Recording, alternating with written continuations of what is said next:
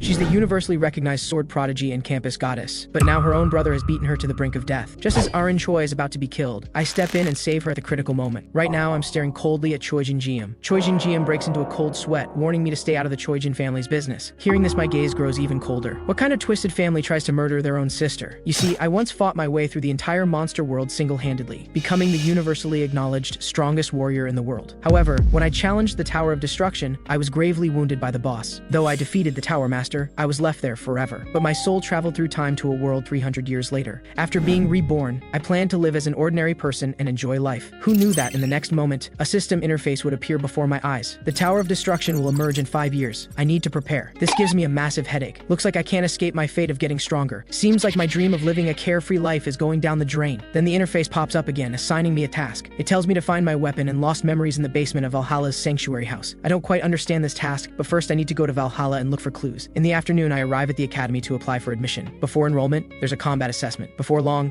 it's my turn to fight. My opponent is Soyeon-yu, a prodigy from one of the 5 great families. Multiple media outlets are covering this match live. I don't take her seriously at all. I yawn and tell her to just surrender. Soyeon-yu draws her sword, telling me not to be so arrogant. I roll my shoulders with complete indifference. Soyeon-yu's eyes turn cold. She's thinking about teaching me a lesson in a moment. The examiner on the observation deck sees my relaxed demeanor and senses I'm no ordinary person. As soon as the match starts, Soyeon-yu draws her sword and charges at me. She takes a step forward, executing the Yu family's ultimate technique, Azure Strike. As the blade falls, a burst of sword energy explodes outward. Just as the sword energy is about to reach my face, I grin. The arena echoes with a scream. The examiners are stunned by the scene. The 2 people in charge of broadcasting turn pale, because with just one punch, I've knocked her out cold. I can't help but complain. How are the prodigies 300 years later this week? 300 years ago, any random person could beat the living daylights out of today's so-called geniuses. In the afternoon, my 3rd assessment arrives. Since I instantly defeated a prodigy in the last round, I've gained some attention. Many people start cheering for me. At this moment, the examiner shifts his gaze to my face. This time, my opponent is Se-hyuk-oh, the eldest son of the Oseon family. Facing this prodigy, I still don't take it seriously at all. Seeing my attitude, Se-hyuk-oh boldly declares he'll make me die miserably. I don't fall for his provocation. I raise my middle finger in response to Se-hyuk-oh's boast. Se-hyuk-oh instantly flies into a rage. You have to understand, he's a super genius who combines both physical ability and talent. Without any effort, he was born with a powerful physique. Right now, I keep taunting and provoking Se-hyuk-oh. Se-hyuk-oh clenches his fists in anger, swearing he'll beat me to a pulp. Whoosh! He charges straight at me. I laugh to myself. What a big dumb oaf. With my current physique, I can't fight him head on, so I'll have to rely on skill to win. Se-hyuk-oh throws a punch that sounds like thunder, but I simply tilt my head to dodge. No matter how powerful the punch is, if it doesn't hit me, it's useless. I lightly lift my leg and kick. Se-hyuk-oh's body immediately loses control. Then as he's falling, I suddenly pull my palm back and strike hard into Se-hyuk-oh's stomach. This causes Se-hyuk-oh's eyes to roll back, losing all fighting ability. Just like that, with 3 moves, I easily win this battle. Though my body is incredibly weak after rebirth, dealing with someone like Se-hyuk-oh is no problem. The people on the observation deck saw everything that just happened. Among them is an old man who caught every detail of the combat moves. The moment Se-hyuk-oh attacked me, it seemed like I casually dodged the strike, but precisely because I dodged it, Se-hyuk-oh's body lost its balance. The old man realizes my combat talent is like that of a monster. Then he clenches his fist. He must find a way to bring me into his family. However, quite a few people on site recognize my value and report to their family leaders. In the afternoon, I face the final battle with great dissatisfaction. Because my opponent's cheering squad is full of hardcore fanboys constantly cheering for her, I speak up directly. Let's just start the match. I can't stand cheerleaders like yours. Arin Choi doesn't say more and immediately assumes a draw stance, but I wait for quite a while and she still doesn't move. This makes the situation awkward. I'm speechless. Does this girl want me to attack first? On the other side, Arin Choi is also frustrated. Her draw slash can only counterattack, otherwise it can't unleash maximum power. I grin. In that case, I'll attack first. Then I take a step forward, slowly walking toward her. When my body is 30 centimeters from her, she grips the sword hilt tightly. Slash! Energy erupts wildly from the blade. Lightning energy keeps building. Arin Choi's eyes suddenly change. This is the wind-up for an attack. Swish! The blade falls and my body is split in 2. But in the next moment, my figure disappears. This stuns Arin Choi. I speak slowly. Your eyes already revealed where you'd attack. Of course I could dodge. Hearing my words, Arin Choi trembles all over. She's terrified by my combat talent. The next second, I punch her in the stomach, showing no mercy. Arin Choi's figure flies back more than 10 meters, blocking my attack with her blade. I stare at her intently. This girl's talent is decent. Right now, Arin Choi looks at the sword in her hand, shocked. This person's control of power is incredibly strong. Clang! My fist strikes her blade. She's surprised why I appeared in front of her, because this punch has no killing power. I simply say lightly, if you can block this strike, I'll surrender directly. Bang! I pour in half my strength, creating a shockwave behind her. Thump! Arin Choi's body collapses powerlessly. I'm a bit puzzled. The draw slash that Arin Choi used looks somewhat familiar, but I can't quite recall. Finally, the top 10 for Valhalla's entrance ceremony are announced. First place, Joo-hyuk Kim, is my name after Rebirth. As I I leisurely walk out of the academy, a dozen reporters suddenly swarm around me, filming. This leaves me speechless. Those reporters go completely crazy, constantly throwing offers my way. Looking at these reporters' faces makes me disgusted. I curse at them to get lost. The next day, Valhalla Academy holds the entrance ceremony. We stand below the stage, listening to the teacher's vivid speech. I yawn out of boredom. Right now, I just want to quickly understand last night's pop-up message. It displayed, "Go to Valhalla's sanctuary house to find your weapon and memories." But none of this matters. I just need to find it and leave. After the entrance ceremony ends, we arrive at the virtual combat experience room. The instructor looks at our class members and immediately feels a headache coming on. At the front are Soyeon-yu and Arin.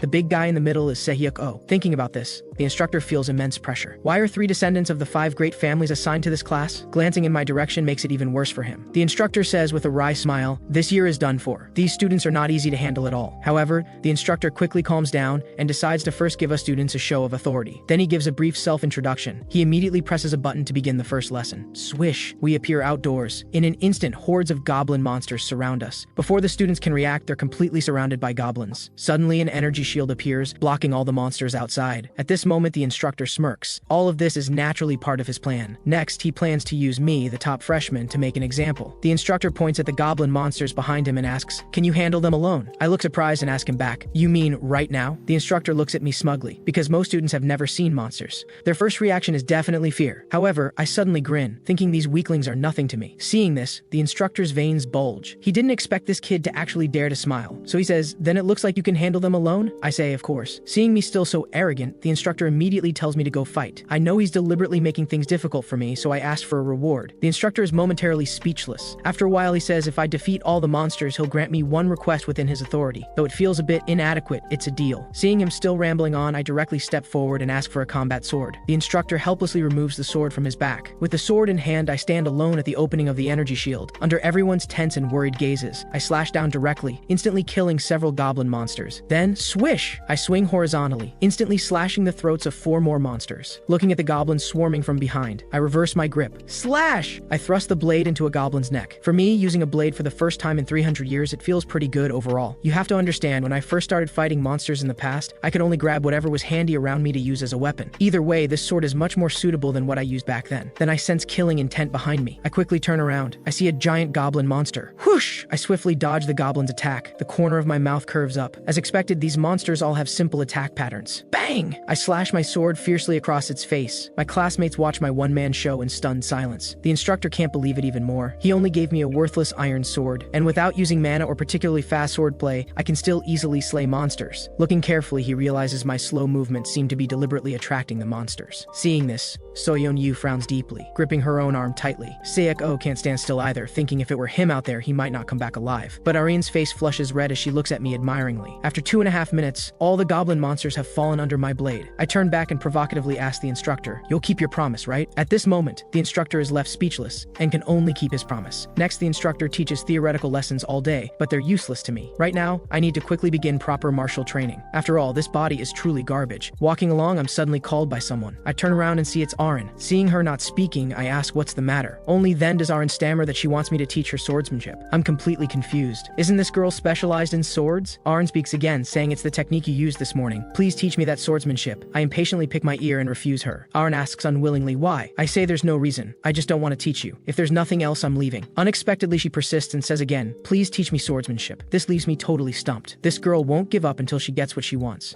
Then I point at her and say, "Stop pestering me. I have no intention of teaching you in the future either. Get lost." Then I put my hands in my pockets and walk away casually. The next day, I arrive at the classroom early. Just thinking about this lousy body makes me furious. Forget about martial training now. I don't even have a bit of mana. I clench my fist tightly. Fortunately, I've already found a way to solve the mana problem. Next, I just need to prepare for it properly. Just then, a figure suddenly stands in front of me. I look up and see it's Rodier from the Bentrick family's branch line. He comes up and asks me, "Do you want to gain power? If you become my subordinate, I'll grant you our Bentrick Sanctuary's blessing." Hearing this, I simply say flatly, "What is this idiot talking about?" Rodier's eyes widen in disbelief. Someone actually dares to speak to him like this? The maid beside him breaks into a cold sweat, looking at me in disbelief. Rodier seems to want to confirm again, asking what I just said. I say calmly, "From the very beginning, I showed I wasn't interested. Can't you tell? What a clueless idiot." Rodier gnashes his teeth in anger, swearing to tear me to pieces. Just as he's about to make a move, the instructor speaks up to stop him. Seeing that he can't afford to offend this combat instructor, Lee Sang-chul, Rodier leaves furiously with his attendant. Soon it's evening. I walk on the way home from school. Not only did I gain nothing today, but some brat came looking for me this morning. Just as I'm getting angrier thinking about it, Arin appears behind me again. Sensing someone someone behind me, I turn around. What I hear is still that same phrase. Please teach me swordsmanship. Seeing it's this brat again, I immediately say, do you want to get chewed out too? Meanwhile, the furious Rodier returns home. He grabs his attendant Yulia by the hair, planning to vent all his rage on her. He says viciously to Yulia, do you still think you're the eldest daughter of the Paris family? Then bang! He throws Yulia hard onto the ground and tells her to notify Desera and the second-year Senwraith family that someone needs to be dealt with. Yulia can only comply meekly. The scene returns to me. After refusing Arin, I turn and leave. Who knew she would actually follow me all the way to the bottom of the dormitory building? To completely shake her off, I immediately say, 1,000 yuan per lesson. Watching her thoughtful expression, I think to myself, surely she won't bother me anymore now. Just then, she suddenly asked me to give her my phone. After taking my phone, Arin frantically taps away. After finishing, she hands the phone back to me and says, I had to save my bank account in your phone to transfer money. I look at my phone and see she actually transferred me 100 million. This move completely stuns me. At this moment, Arin says, can you teach me now? I burst out laughing and say on the spot, no, and I return her transfer. That night, I'm in my room trying hard to gather mana, but this garbage body quickly makes me give up on this idea. However, Arin really shocked me. How can a student so casually transfer 100 million to someone else? Forget it.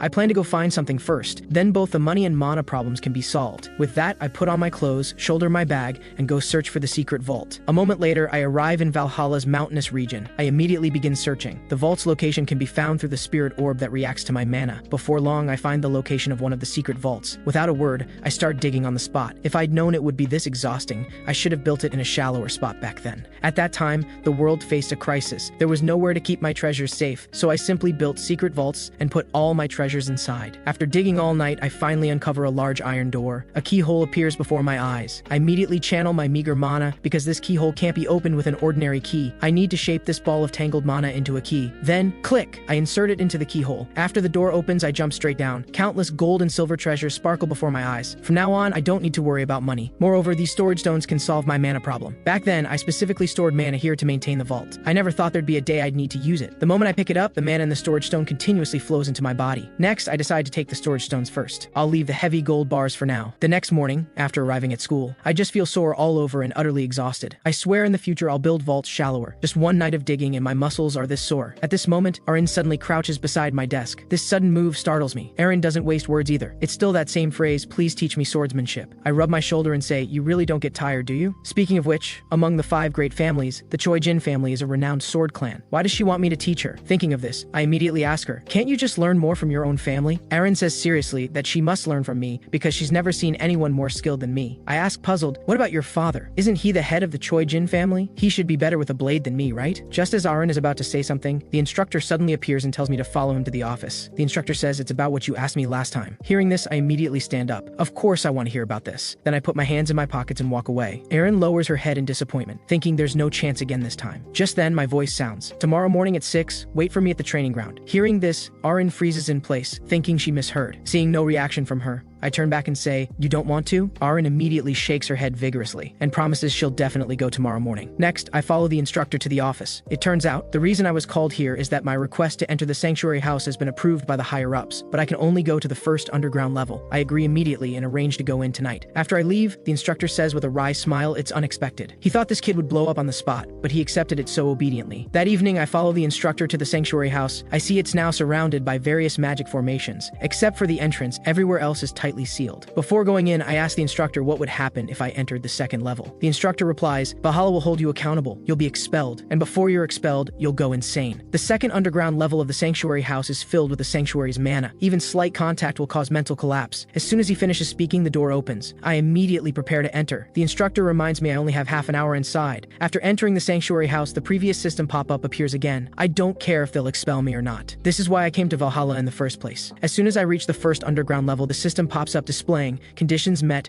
moving to the room. Before I can react, my body starts teleporting. When I open my eyes again, I hear a familiar voice. It's Balche, who perished together with me 300 years ago. At this moment, Balche casually says, meeting again after 300 years feels really nice. Before he finishes speaking, I go up and punch him in the face. I say angrily, I've been wanting to settle scores with you. Then another punch lands. You're not getting out of here alive today. Balche hurriedly tells me to calm down. He has something to say. My fist continues landing on his face. Whatever you have to say can wait until I'm done beating you. It's all because you ruined my plan for a life of leisure, you brat. Balche shouts. Wait, aren't you curious where this is? The next moment, I stop beating Balche. Only then do I look around and discover there's nothing here at all. Balche dusts himself off and says, this is the image world. To be precise, it's the internal space of a sacred relic. What you're seeing now is just a body manifested by the image world. My true body disappeared 300 years ago. So that means Balche has been inside this sacred relic from the very beginning, and he's now become a sanctuary. Thinking of this, I punch him again. Then I point at Balche and say, I'm not interested in you becoming a sanctuary. I just want to know if you're behind those message pop-ups. Balche says he doesn't know either, because he also received that notification window. It indicated that if Balche made contact with my reborn self, memories could be recovered. My arrival makes Balche recall a suspicious figure, the one who turned Balche into the Tower Master of the Tower of Destruction. Hearing this, I'm full of questions and urgently ask, who is that person? However, this part of Balche's memory is sealed. He can't remember it all. Next, I tell Balche about the status window information, but the lower half of the text is blocked by squares and can't be read. Balche says, this might be because the memories haven't fully recovered yet, but your weapon, the Chan sword, has already been found. Naturally, you'll remember. I raise an eyebrow and ask, you found my weapon? It turns out this weapon has been with Balche all along and has become a sacred relic. After getting my Chan sword, I leave. I casually brush him off with a few words, fool the instructor, and then leave. I arrive at a place where no one is around. I spread my hand wide. The next moment, the Chan sword appears in my hand. Just then, the information on the notification window updates. It also requires the Chan sword to complete. At this moment, a group of thugs swarm toward me. It turns out it's Rayleigh, the eldest son of the Senwraith family, called by Rodier to teach me a lesson. Without a word, Rayleigh first sends forward a bald guy holding a spear ready to beat me. Before he can speak, I go up and kick him. Then, a high kick lands on this guy's head. Swish! The bald guy flies backward into the crowd. He crashes straight into the wall, losing all fighting ability on the spot. Rayleigh is just about to turn around and talk tough when I startle him. He sees that somehow a weapon has appeared in my hand. Then in an instant, I take down another thug. Seeing this, the red-haired fat guy talks big and immediately pulls out a dagger. Before he can react, my Chan sword is already at his shoulder. The next second, it smashes hard into the fat guy's face. In just a few seconds, I've dealt with 2 or 3 thugs. This scares the yellow-haired guy into a cold sweat. He can't tell what kind of swordsmanship I'm using at all, because I'm just casually swinging as I walk forward. The people around seem to be actively stepping up to get hit. I simply say to the remaining people, whether you attack or not, I'm still going to smash your heads. At this moment, Rayleigh can't stand still anymore. He raises the long sword in his hand, ready to teach me a lesson. But before he can make a move, my Chan sword is already pressed against his stomach. I first mock him thoroughly. Then I push my palm against the Chan sword's hilt. Massive energy instantly penetrates Rayleigh's body. Unexpectedly, this kid peacefully falls asleep on the spot. I slap him awake directly. I force Rayleigh to answer why they all gathered to mess with me. Rayleigh doesn't reveal who's behind it all, saying they just wanted to teach the first-year top student a lesson. Seeing him show such loyalty, I'm almost moved to tears. After saying this, I pick up my backpack from the ground and prepare to leave. Rayleigh threatens that if this gets out, I'll definitely be expelled. I scratch my ear. Several second-year students ganging up on a first-year junior, only to all get beaten down. If this news gets out, will you still have the face to come to school? Hearing this, Rayleigh clenches his fist viciously. Seeing he's not resisting anymore, I turn and walk away casually. Early the next morning, I arrive at Valhalla's physical training room, thinking I can finally properly train my body here. Suddenly, Balche's voice sounds in my mind. Why are you here? I'm startled at first. Balche says he's currently talking to me from inside the Chan sword I stored, so I relax. After all, he was once the Destruction King. If he were released, that would really be terrible. Then I ask Balche, is it really okay that I just took out the Chan sword that was being used as a sacred relic? After learning that Balche used the copy function and left a replica Chan sword there, I ask puzzled, why does the Chan sword have storage and copying functions? Balche answers that after he woke up, all his powers disappeared, but the copy and storage functions were usable from the start. He doesn't know why either. Just then, Arin appears in front of me. Arin immediately says, can you teach me swordsmanship now? I flatly refuse. We must start with physical training. Arin looks completely confused, not knowing why we need to start with physical training. I turn away and say, if you don't want to learn, forget it. Arin quickly says she's willing to do physical training. I turn back and tell her to start with warm-up exercises first. Having her train physically is so she can better absorb mana. Controlling mana will also become much easier. The current trend is really strange. People want to practice mana without even training their bodies properly. Arin is the same. She has a lot of mana, but her stamina is only at the level of a sword-using student. After finishing the warm-up exercises, the formal training begins. I have to say, Arin's physical condition is truly poor. After just a few sets of exercises, she's lying on the ground, panting heavily. I shout loudly, don't lie down! Get up and run 20 kilometers at full effort. Hearing this, Arin is scared out of her wits on the spot. After a morning of training, I feel pretty good. This body really gets stronger the more I train it. In contrast, Arin sits there with a blank stare. Right now, she just feels sore all over. Next, Instructor Lilia announces that today they need to do a small test. She wants to test how well everyone has mastered the strategies for dealing with monsters. This test will mainly be conducted in written exam format. Everyone is seriously filling in answers on their test papers. Only I'm looking at the test paper in front of me with a leisurely expression. Soon the exam time is up. The instructor tells everyone to pass their papers forward from the back. This test score won't count toward the final grade, but the instructor will use it as reference material for gauging abilities in the next class. Before leaving, the instructor notifies everyone that next time there will be a formal lesson in the virtual combat combat experience class. After returning to the office, the instructor frantically starts grading the students' papers. When she sees the answer I wrote, she instantly flies into a rage, thinking this kid actually dares to write such an answer. A teacher nearby glances over, not knowing why she's getting so angry, then runs over to ask if she's grading their class's work. The teacher says irritably, "So it's a student from your class." She grabs my test paper, swearing to properly teach me a lesson in the next class. 168 hours later, the teacher gathers all students to the virtual combat experience room. She says the last quiz has been graded. Most students' answers were close to the correct ones. Then her eyes turn cold, but there are always exceptions. Student Joo-hyuk Kim stepped forward. I pick my earwax, walking up very impatiently. Swish! The teacher directly hands over my paper. The question asks, "Please explain the most effective method for dealing with the labyrinth monster stone goblin." My answer is, stab it in the stomach. Seeing my answer, the teacher thinks I'm mocking this class. I tell the teacher not to get angry yet because this is exactly how I did it. I just described the process. Seeing my arrogant appearance, the teacher becomes even more furious. Then she smiles sweetly. "Since you're so confident, why don't you demonstrate it live?" The next moment, the classroom transforms into a virtual room. A stone goblin appears in front of me. I understand what the teacher wants to do. The teacher's meaning is simple. If I personally demonstrate using the answer from my test paper, she'll acknowledge me. Immediately, I don't waste words and indicate I understand. Then I pick a sword and go to fight the stone goblin. The stone goblin glares at me with red eyes, baring its teeth. The teacher knows that I previously defeated 120 goblins alone. In terms of talent, I have it. But even so, it's impossible to defeat a goblin with one strike. The next moment, the goblin reaches toward me. Whoosh! I swing my arm forcefully backward. The next second, my sword thrusts straight into the goblin's abdomen. The teacher is stunned, barely able to believe her own eyes. The next moment, the goblin's figure gradually disappears. The first assessment is over. I look toward the teacher again, thinking my answer was fine, right? Stab the goblin in the stomach. Arin shows a smile. She knew this outcome from the very beginning. The teacher looks somewhat embarrassed, asking me how exactly I did this. I answer seriously, just stab the goblin in the stomach. This makes the teacher question reality. If you attack a stone goblin with an ordinary knife or sword,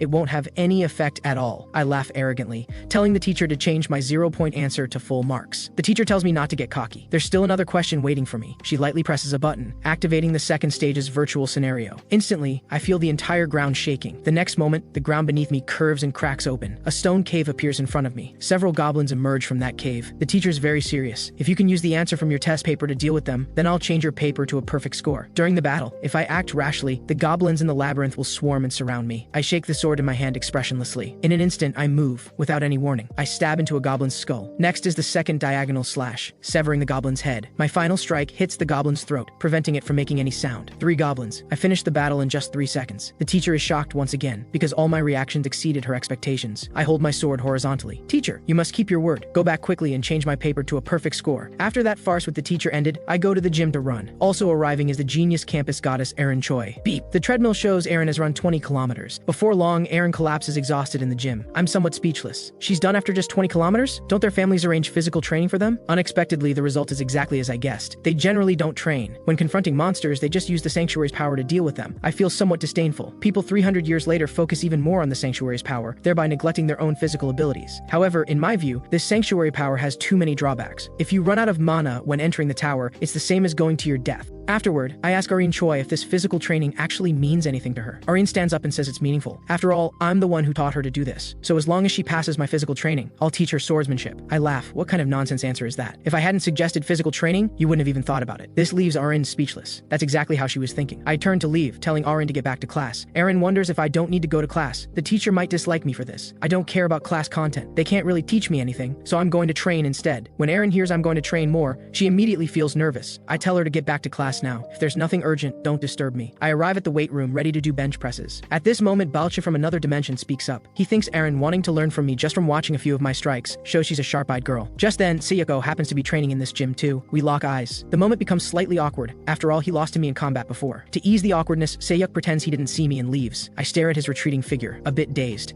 It seems no matter the era, prodigies always maintain disciplined training. That's why strong people keep getting stronger. Balche is speechless, complaining about why I still care about these people. I'm just paying slight attention. This Seyuk seems smarter and works harder than others. Balche doesn't continue the conversation. He recently received a new mission. Find the Eye of the Great Forest in Valhalla and Rona's home. Note that possessing a Chan's sword is required to meet the conditions. I look at the new mission interface. Rona's home seems somewhat familiar. I wipe my sweat. Looks like I'll have to stay here obediently for a while longer. This leaves Balche speechless. I just got into a fight with someone recently. At this moment, at the Bentrick family estate, a woman waits for her subordinate's final report. The subordinate reports that the mazes on Leiden's outskirts have all been dealt with. Beyond that, he's found some talented individuals and wants to recruit recruit them. Hearing that talented people will join, the woman is quite pleased. She tells her subordinate to bring them to her after they pass the final test. There's another matter. Rodier wants to summon Desera to Country B. Hearing this, the woman's brow furrows, her expression becoming more serious. Desera is causing trouble for her again. Desera is the family's stain and most shameless scoundrel. He once ruined the family's reputation and committed countless wrongdoings. The woman's intuition tells her this meeting between the two is anything but ordinary. She then dispatches someone to monitor Rodier and relay a message. If he makes any bad moves, there will be only one result: expulsion from the family. The next day, I apply for permission to go out because something suddenly occurred to me today. Suddenly, Soyeon-yu calls out to me. I'm curious what she could want, but I wait for a long time, and she still doesn't speak. This irritates me. Can't she just say what she wants directly? Seeing her stay silent, I simply say crazy and turn to leave. Hearing me call her crazy,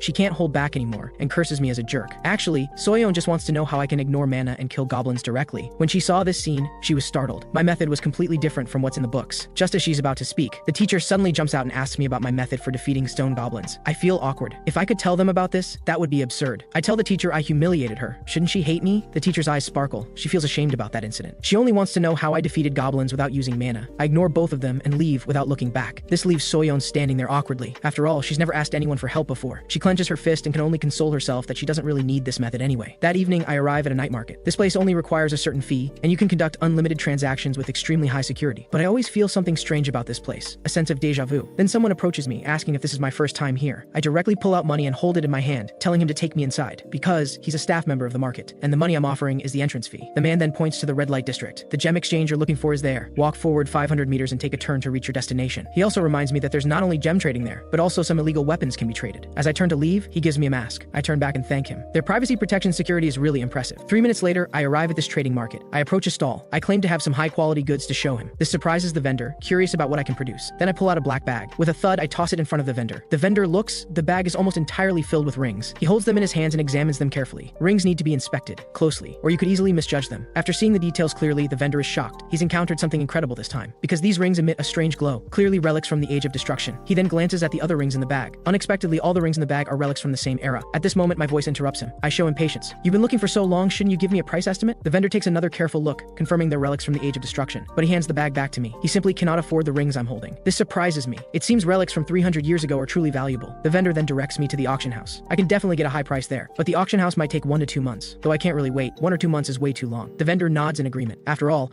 auction houses need to promote and attract more bidders. If he buys now, he can only offer 3/4 of the price. That's all he has. I look indifferent. Then I'll sell to him at his price, as long as he can pay now. The vendor is shocked. He didn't expect to get such a great deal. The reason relics from the Age of Destruction are so valuable is related to the sanctuaries. Every sanctuary wants to obtain these rings. 10 minutes later, I receive a payment notification. This solves my urgent need. I didn't expect the rings I casually took out to be so valuable. There are many similar items in the secret vault. I basically won't have to worry about money from now on. On the vendor side, he delightedly collects all the rings. But just then, an uninvited guest appears before him. The next day, the instructor invites me to dine together. Her purpose this time is to make me her assistant. I don't hesitate to refuse. Even with many benefits, I don't agree, because none of the benefits she mentioned attracts me. My top priority is to find a place called the Eye of the Great Forest. That place can only be entered during the first-year assessment. Even though she's an instructor, she doesn't have the authority to let me in. Seeing I'm unmoved, the instructor immediately proposes exchanging information. In return, I tell her the strategy for defeating monsters. The instructor's information concerns Arin Choi. She might be expelled from her family soon. I don't care about this. She pays, I work. It's just a transaction. I stand up to leave when the instructor hurriedly tells me to wait. She suddenly stands up, saying since I've heard her information, I should tell her what I know. Though the instructor's information isn't what I wanted to hear, there's still one thing I'm curious about. You pester me in such a childish way, yet why are you so strict with students in class? Hearing this question, the instructor's expression immediately becomes serious, because she's responsible for teaching students how to defeat dungeon monsters. If she taught like it was a joke, something terrible could happen. Monster fighting strategies relate to students' lives, so she's this strict. Hearing this, I feel respect for her. Though this satisfies my curiosity, I still don't plan to tell her the monster strategies. On another side, inside the Choi Jin family, Arin Choi and a young man kneel respectfully before the family head. This young man is the eldest son of the Choi Jin family, Choi Jin Joo-hyuk. Arin Choi is the second daughter of the Choi Jin family. The family head has summoned them to select the family heir. Whoever passes the selection tournament will gain the opportunity to contract with the family's sacred relic, the Azure Moonblade. This is also the token of the legitimate heir. However, the loser will be expelled from the family. Neither hesitates for a moment. Instead, they agree in unison. The family head's stern gaze falls on Arin Choi, as if he doesn't want her to participate, but he sighs helplessly. The selection will be held in 3 weeks. You may both leave. Choi Jin-joo mocks. Didn't you see father's expression when you said you'd participate in the selection? Arin recalls her father's gaze toward her. That look contained a trace of disgust. Seeing Arin's reaction, Choi Jin-gyum is pleased. You, an illegitimate daughter, dare dream of becoming the family head? You're like an annoying clown. You don't actually think you can beat me in the selection, do you? Facing his humiliation, Arin can only endure it through gritted teeth. This emboldens Choi Jin-gyum further. You merely received a sanctuary's protection while I signed an actual contract. You won't touch a single hair on my head. Since you've given up a comfortable life at home, I'll let let you experience firsthand what the price of giving that up is. At this moment, Arin feels so helpless. She remembers her mother's final words. Her mother hoped Arin could become the family head. That way, she could do what she wanted. Arin understands that if she doesn't fight for it now, her fate later will be even worse. The next morning, I come to class as usual. Midterm exams are coming soon. The teacher explains the exam content and emphasizes that the school will expel the students with the worst grades. This isn't good. I never listen in class. The skills test should be fine, but the written test will probably be a disaster. I must stay at this academy before going to the Eye of the Great Forest. I can't half-heartedly get through this time. I immediately call out to Balche, asking if he listened carefully during class. After getting his affirmative answer, I ask him to help me with the exam. Just tell me if my answer choices are right or wrong. Balche thinks this is unfair to others. However, after my friendly persuasion, Balche can only agree. After all, this is just selecting answers according to the sanctuary's guidance. After class, Arin calls out to me. She wants me to teach her swordsmanship. Arin has been training with me for so long without touching a blade. It just so happens I've also reached the time to practice with weapons. However, it's not yet time to teach her swordsmanship or blade techniques. First, I need to correct her method of holding the blade. After arriving at the training room, I first briefly ask about her situation. Before training with me, she practiced blade swings every day. After understanding this, I tell her to try drawing her blade first. Sure enough, as soon as she draws, I spot the flaw. I demonstrate for her. Grip the blade firmly with the ring finger and pinky. Arin follows my method and immediately notices the difference. She feels that gripping the blade this way is more stable than holding it with both hands together, and without even infusing mana. Seeing her grasp the correct method, I tell her to attack me with full force. Using mana or skills doesn't matter. Arin nods lightly. Then she sheathes her blade. Her entire aura suddenly transforms. Lightning crackles around her body. Immediately, she swings her blade straight out, but I easily block it. At this moment, the most surprised is undoubtedly Arin, because the moment she drew her blade, she clearly felt her speed increase significantly. I notice this too, but there's still an issue. I remind her not to infuse too much mana when drawing the blade. Arin nods, indicating she understands. Then she charges at me again. A beautiful upward slash comes toward me. I sidestep while pointing out her problem. When you slash downward, rotate your body with more force. I follow with an upward strike that makes her lose balance. Like this, I have her attack me while pointing out her problems. She's grateful to train with me. In just over a month, her strength has improved tremendously. Before they know it, evening has arrived. Arin is already gasping for breath. She clearly feels her blade techniques have become much sharper than before. However, she's also amazed by my strength. After sparring so long, she hasn't even touched my clothes. Arin thinks to herself, she asked him to teach her precisely because of his invincible swordsmanship. Then she asks if we can spar together next time. This requires some thought. Sparring with Arin is very helpful to me, and her talent in this area is quite good. Teaching her gives me a sense of accomplishment. However, from the beginning, I felt her blade technique seems familiar. I feel like I've seen it somewhere. Just the breathing technique is different. Regardless, this familiar blade technique greatly helps me regain my sense. If this were 300 years ago, her talent would qualify her to be my disciple. But I don't have time to take disciples now. Seeing her anxious look as I remain silent, I decide to tease her. I directly say no. I didn't expect Arin to simply say okay. She gives up so quickly. Arin says, your choices are all correct. As long as I listen to you, I can definitely become stronger. Hearing this, I didn't expect Arin to trust me so much. It seems I should guide her in the future. Time quickly passes 2 weeks. At this moment, all first-year students gather in the arena. This should be what the instructor mentioned 2 weeks ago. The instructor begins explaining the midterm exam rules. For this assessment, students can form teams of 8, complete the task within the specified time. This assessment requires clearing an F+ difficulty dungeon within 5 hours. The scoring standard only calculates contribution during the dungeon clear. Those who don't complete it within the time limit will be eliminated. The instructor shouts loudly, announcing the exam has begun. As the countdown begins, students immediately become frantic, searching everywhere to form teams. This scene matches the instructor's expectations. Most students are somewhat panicked. However, Lee Sang-chul's gaze remains on one girl. Soyeon-yu is calm and composed. She thinks there's no need to find people better than herself. 8 people completing the task in 5 hours is more than enough. Soon, Soyeon methodically forms her team. Soyeon's calmness earns praise in Lee Sang-chul's mind. Meanwhile, other students form teams of 20. Some form standard 8-person teams. Some have conflicts due to imbalanced team strength. Little do they know, from the moment the countdown started, the instructors have already begun scoring in their minds. At this moment, I see Arin still standing alone in a daze. I approach and ask, almost everyone has gone in. What do you plan to do? Arin says, I'll do whatever you tell me to do. This leaves me bewildered. What's wrong with this girl? Ever since sparring with me last time, why does she listen to everything I say? Does she have a crush on me? I clearly state I'm going in alone. This trial doesn't seem difficult to me. Then I enter the dungeon without looking back. Students who haven't formed teams try to recruit Arin. Arin refuses them. She's also going in alone. Seeing this, a nearby student tries to persuade her. Going in alone might disqualify you. But Arin believes she can do it, simply because I said it wasn't difficult. As all students enter the dungeon, the instructors observe each student's performance in the monitoring room. Combat instructor Lee Sang-chul takes just one glance. Based on each person's performance, he assigns the most appropriate score. This makes the nearby instructors admire him. After all, when Lee Sang-chul was a contractor, his dungeon clear rate reached 99%. He was considered a legendary contractor. He understands dungeon clearing better than anyone, so he can quickly and accurately assign scores. Even the sharp-eyed Lee Sang-chul discovers this year's students are above average, especially the few from the 5 great families perform very well. Among them, the most noteworthy is Soyeon-yu. Upon entering the dungeon, she methodically commands her teammates. Shield support and tanks block monsters in front, archers deal damage from behind. This is the classic dungeon strategy. Lee Sang-chul evaluates her highly. Tasks assigned to team members are clear, and she only takes actions that score points while guaranteeing 100% clear. When Lee Sang-chul checks my performance, it shows no search results. His heart skips a beat, as if realizing something incredible. Sure enough, when he opens the clear list, my name already appears on it. Lee Sang-chul can't believe I could be this fast, clearing it solo in 23 minutes. He immediately opens the surveillance video to confirm. He sees me alone, facing the goblin goblin army's attacks. Within a few breaths, I slaughter them, even facing a golem that requires 8 people to defeat. I finish it with just one sword strike. This shocks all the instructors present. Lee Sang-chul says helplessly, "It seems first place in this midterm will still be the student named Joo-hyuk Kim." When results come out the next day, I indeed secure first place with an overwhelming score. Lee Sang-chul believes if I continue growing at this pace, I have a chance to help the country reclaim the top ranking. However, this midterm, Arin also gives them a surprise. She also cleared it solo, though it took longer and she sustained injuries. This also surprises the nearby instructor. When he was an officer in the Choi-Jin alliance, Arin only knew how to practice swordsmanship mindlessly. He can't understand how Arin thought to challenge the dungeon alone. Soon, the results are announced. When Rodie sees I'm in first place, his expression turns cold. Then he goes to meet his brother Desera. Rodie wants Desera to eliminate me. A week later, because I got first place, I have one opportunity to go out. I'm going to search for the remaining secret vaults. My destination this time is a place called Water Garden. Unexpectedly, a blonde thug blocks my way. On another side, inside the 7th market, the market administrator overlooks his domain. Suddenly he receives a notification. A sanctuary asks him when the ring will be delivered. The administrator indicates it needs to go through normal procedures before delivery. This is driving the sanctuary crazy. The administrator doesn't know why the sanctuary is acting this way. This is the first time he's seen a sanctuary have such an intense reaction. Just then, white light flashes on the nearby teleportation platform. A black box appears on it. Inside are the very rings I sold earlier. The administrator takes out the ring and presents it before the sanctuary. Seeing this, the sanctuary immediately trembles all over, fearfully repeating, "He's here, he's here." The scene returns to me. I look at the blonde thug who appeared before me, somewhat puzzled. However, his fierce, menacing face doesn't look like a good person. The blonde thug snarls, "You think getting first place is so great, don't you?" Before he finishes speaking, I'm already in his face. One punch sends him flying. Seeing this, the thug pulls out his weapon,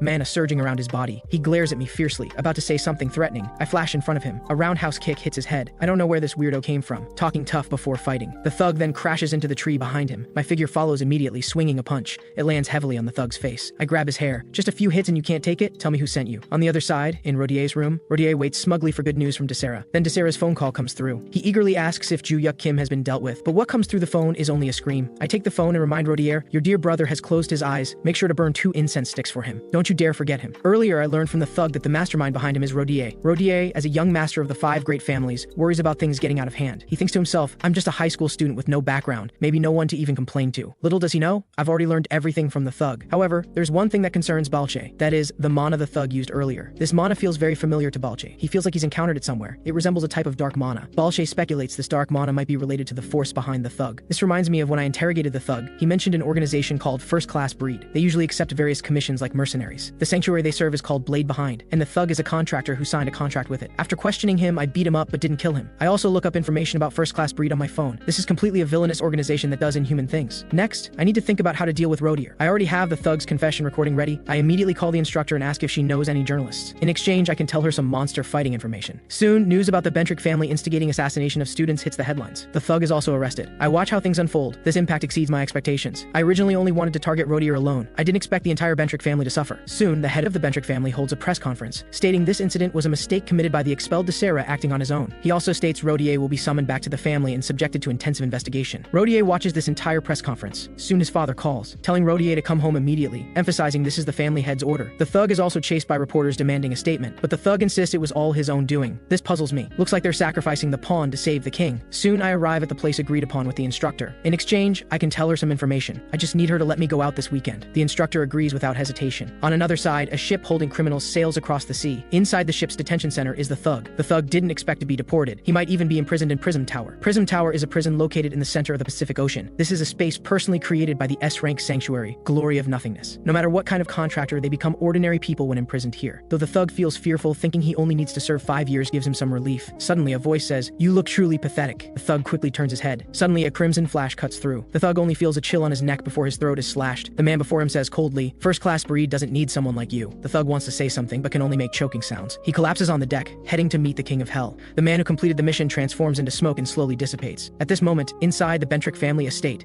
Rodier and his father stand here meekly like grandsons. Before them, the family head lectures them. Rodier explains the reason for causing this incident, except he changes it to Joo-hyuk Kim insulting the Bentrick family, which is why he took action. Hearing this, the family head's aura suddenly changes. "Do you think I'll believe that? Because of your mistake, the Bentrick family's reputation is completely ruined. So what do you plan to do, Rodier Bentrick?" Rodier drops to his knees with a thud, promising he will definitely restore the family's reputation. The family head plans to expel Rodier from the family, but doing so would be tantamount to admitting Rodier instigated the thug. Ultimately, the family head decides not to expel him for now, warning him to do nothing when he returns to school. As for punishment, she'll consider it slowly after meeting Joo-hyuk Kim. Leaving, Rodier understands he'll still be expelled from the family, so he'll make his move before then. Rodier's father will also help, warning him to do it quietly. On another side, the instructor notifies me that the head of the Bentrick family is coming to apologize. This is driving me crazy. Seems seems they're not here with good intentions. The instructor also finds the situation unpleasant, but recently the school received a payment from the Bentrick family. The school relies on donations from major families for most of its funding, so it can't make relations too tense. The next second, there's a knock on the door. The visitor is indeed the head of the Bentrick family. The instructor tells us to have a good talk and then leaves. This woman looks quite amiable, introducing herself right away. Hello, Joo-hyuk Kim. I'm Adriana, head of the Bentrick family. I greet her fearlessly. Hello. First, she bows to me, expressing deep apologies for what happened. To this, I respond very generously. It's fine. You've already punished him anyway. I also don't pursue the inaccurate content she stated at the press conference. Then Adriana states her purpose for this visit.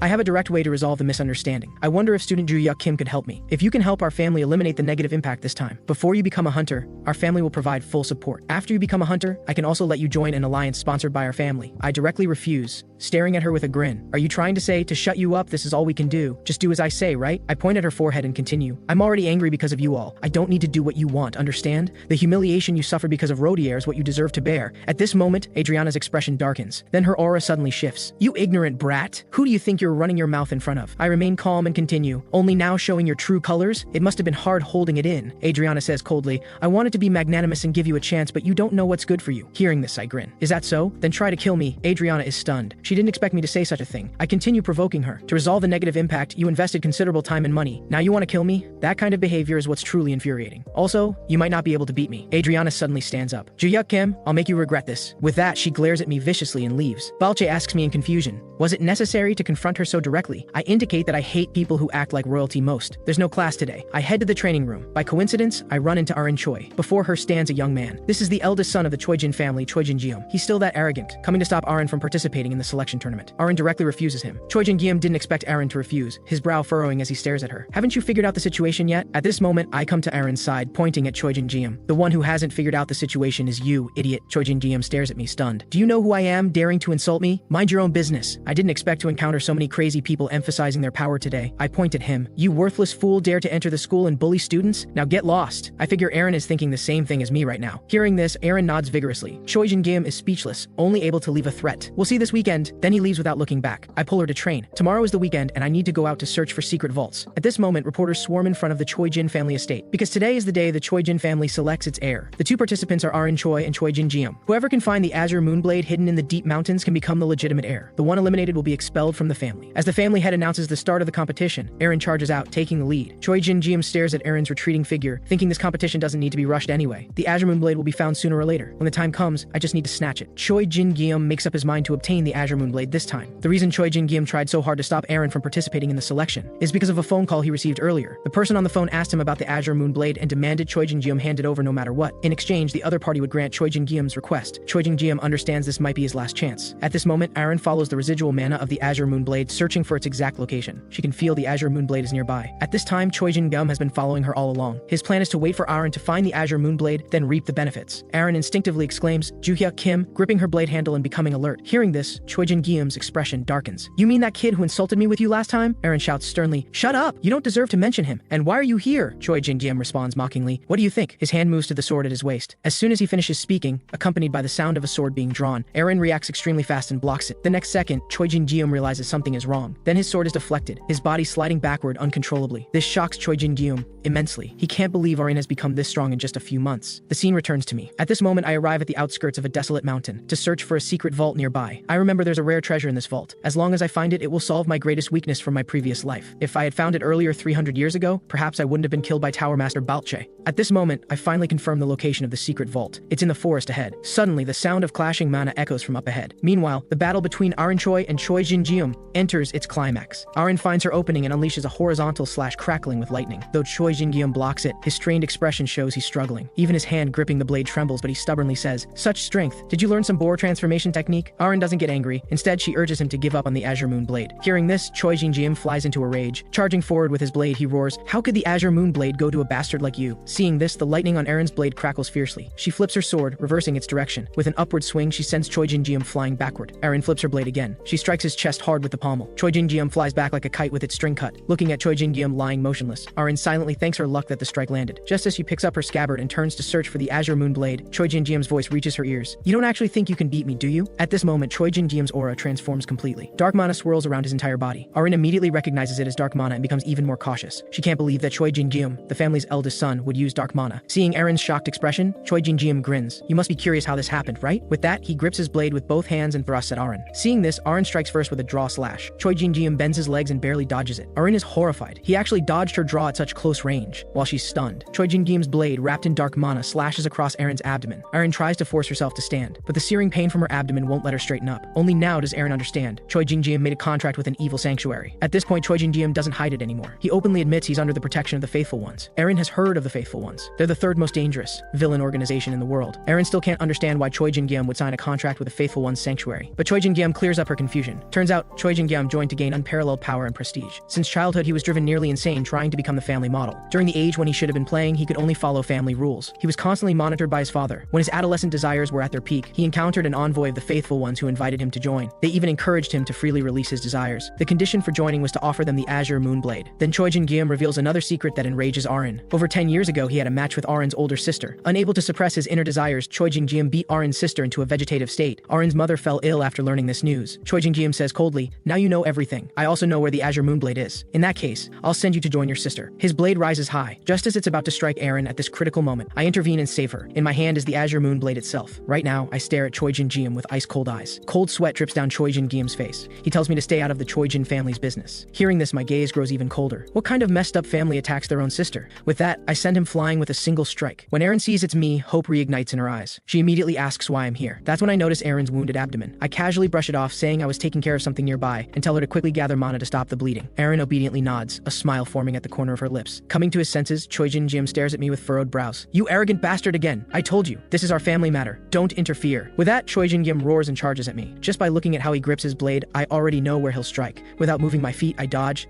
His attacks are full of openings to my eyes. To Choi Jin-Jeom, this looks bizarre. He clearly didn't see me move. While he's stunned, clang, the pommel smashes into his face. Strange, I clearly hit his nose, so why is blood spraying from his mouth? My figure follows immediately after. I aim my blade at Choi Jin-Jeom and slam it hard into his stomach. The tremendous force shatters the ground beneath. Taking this hit, Choi Jin-Jeom's eyes roll back and he loses consciousness. I turn toward Arin, about to ask about her condition, but dark mana appears around Choi Jin-Jeom again. I immediately recognize he can use dark mana, so this guy is a villain too. Choi Jin-Jeom glares at me viciously. He believes a mere first-year student can't defeat him. In an instant, Choi Jin-Jeom appears above me with his blade. I simply raise the hand holding the Azure Moonblade and easily block it. Choi Jin-Jeom grits his teeth. He clearly infused mana into his blade, yet I'm completely unaffected. I stare at him like he's an idiot. While he's stunned, my fist is already flying. Boom. It smashes heavily into his stomach. Choi Jin-Jeom staggers backward from my punch. He can't imagine this is a first-year strength. Right now, he's just getting beaten one-sidedly. This can't continue. He pulls out a purple crystal, an artificial sacred relic. Though it has severe side effects, he can't worry about that now. He puts it in his mouth and crunches it up. This purple crystal allows one to form a temporary contract with a sanctuary. After consuming the sacred relic, Choi Jin-Jeom laughs sinisterly. The dark mana around him is dozens of times stronger than before. Far away at the Choi Jin family gates, reporters feel the ground shake. A sharp-eyed female reporter notices something abnormal in the distance. Behind the Choi Jin family estate, a terrifying purple aura shoots into the sky. The Choi Jin family head immediately recognizes it as dark mana, and the density is so high even ordinary people can see it. And that location is near the Azure Moonblade. The situation is too dangerous now. He must go confirm it himself. Looking at Choi Jin-Jeom before me, I pick my ear dismissively. "So you were just gathering mana?" Seeing my arrogant attitude, Choi Jin-Jeom resolves not to let me leave alive. The dark mana around Choi Jin-Jeom then forms into a purple dragon. This sanctuary is called the Dragon of Total Annihilation.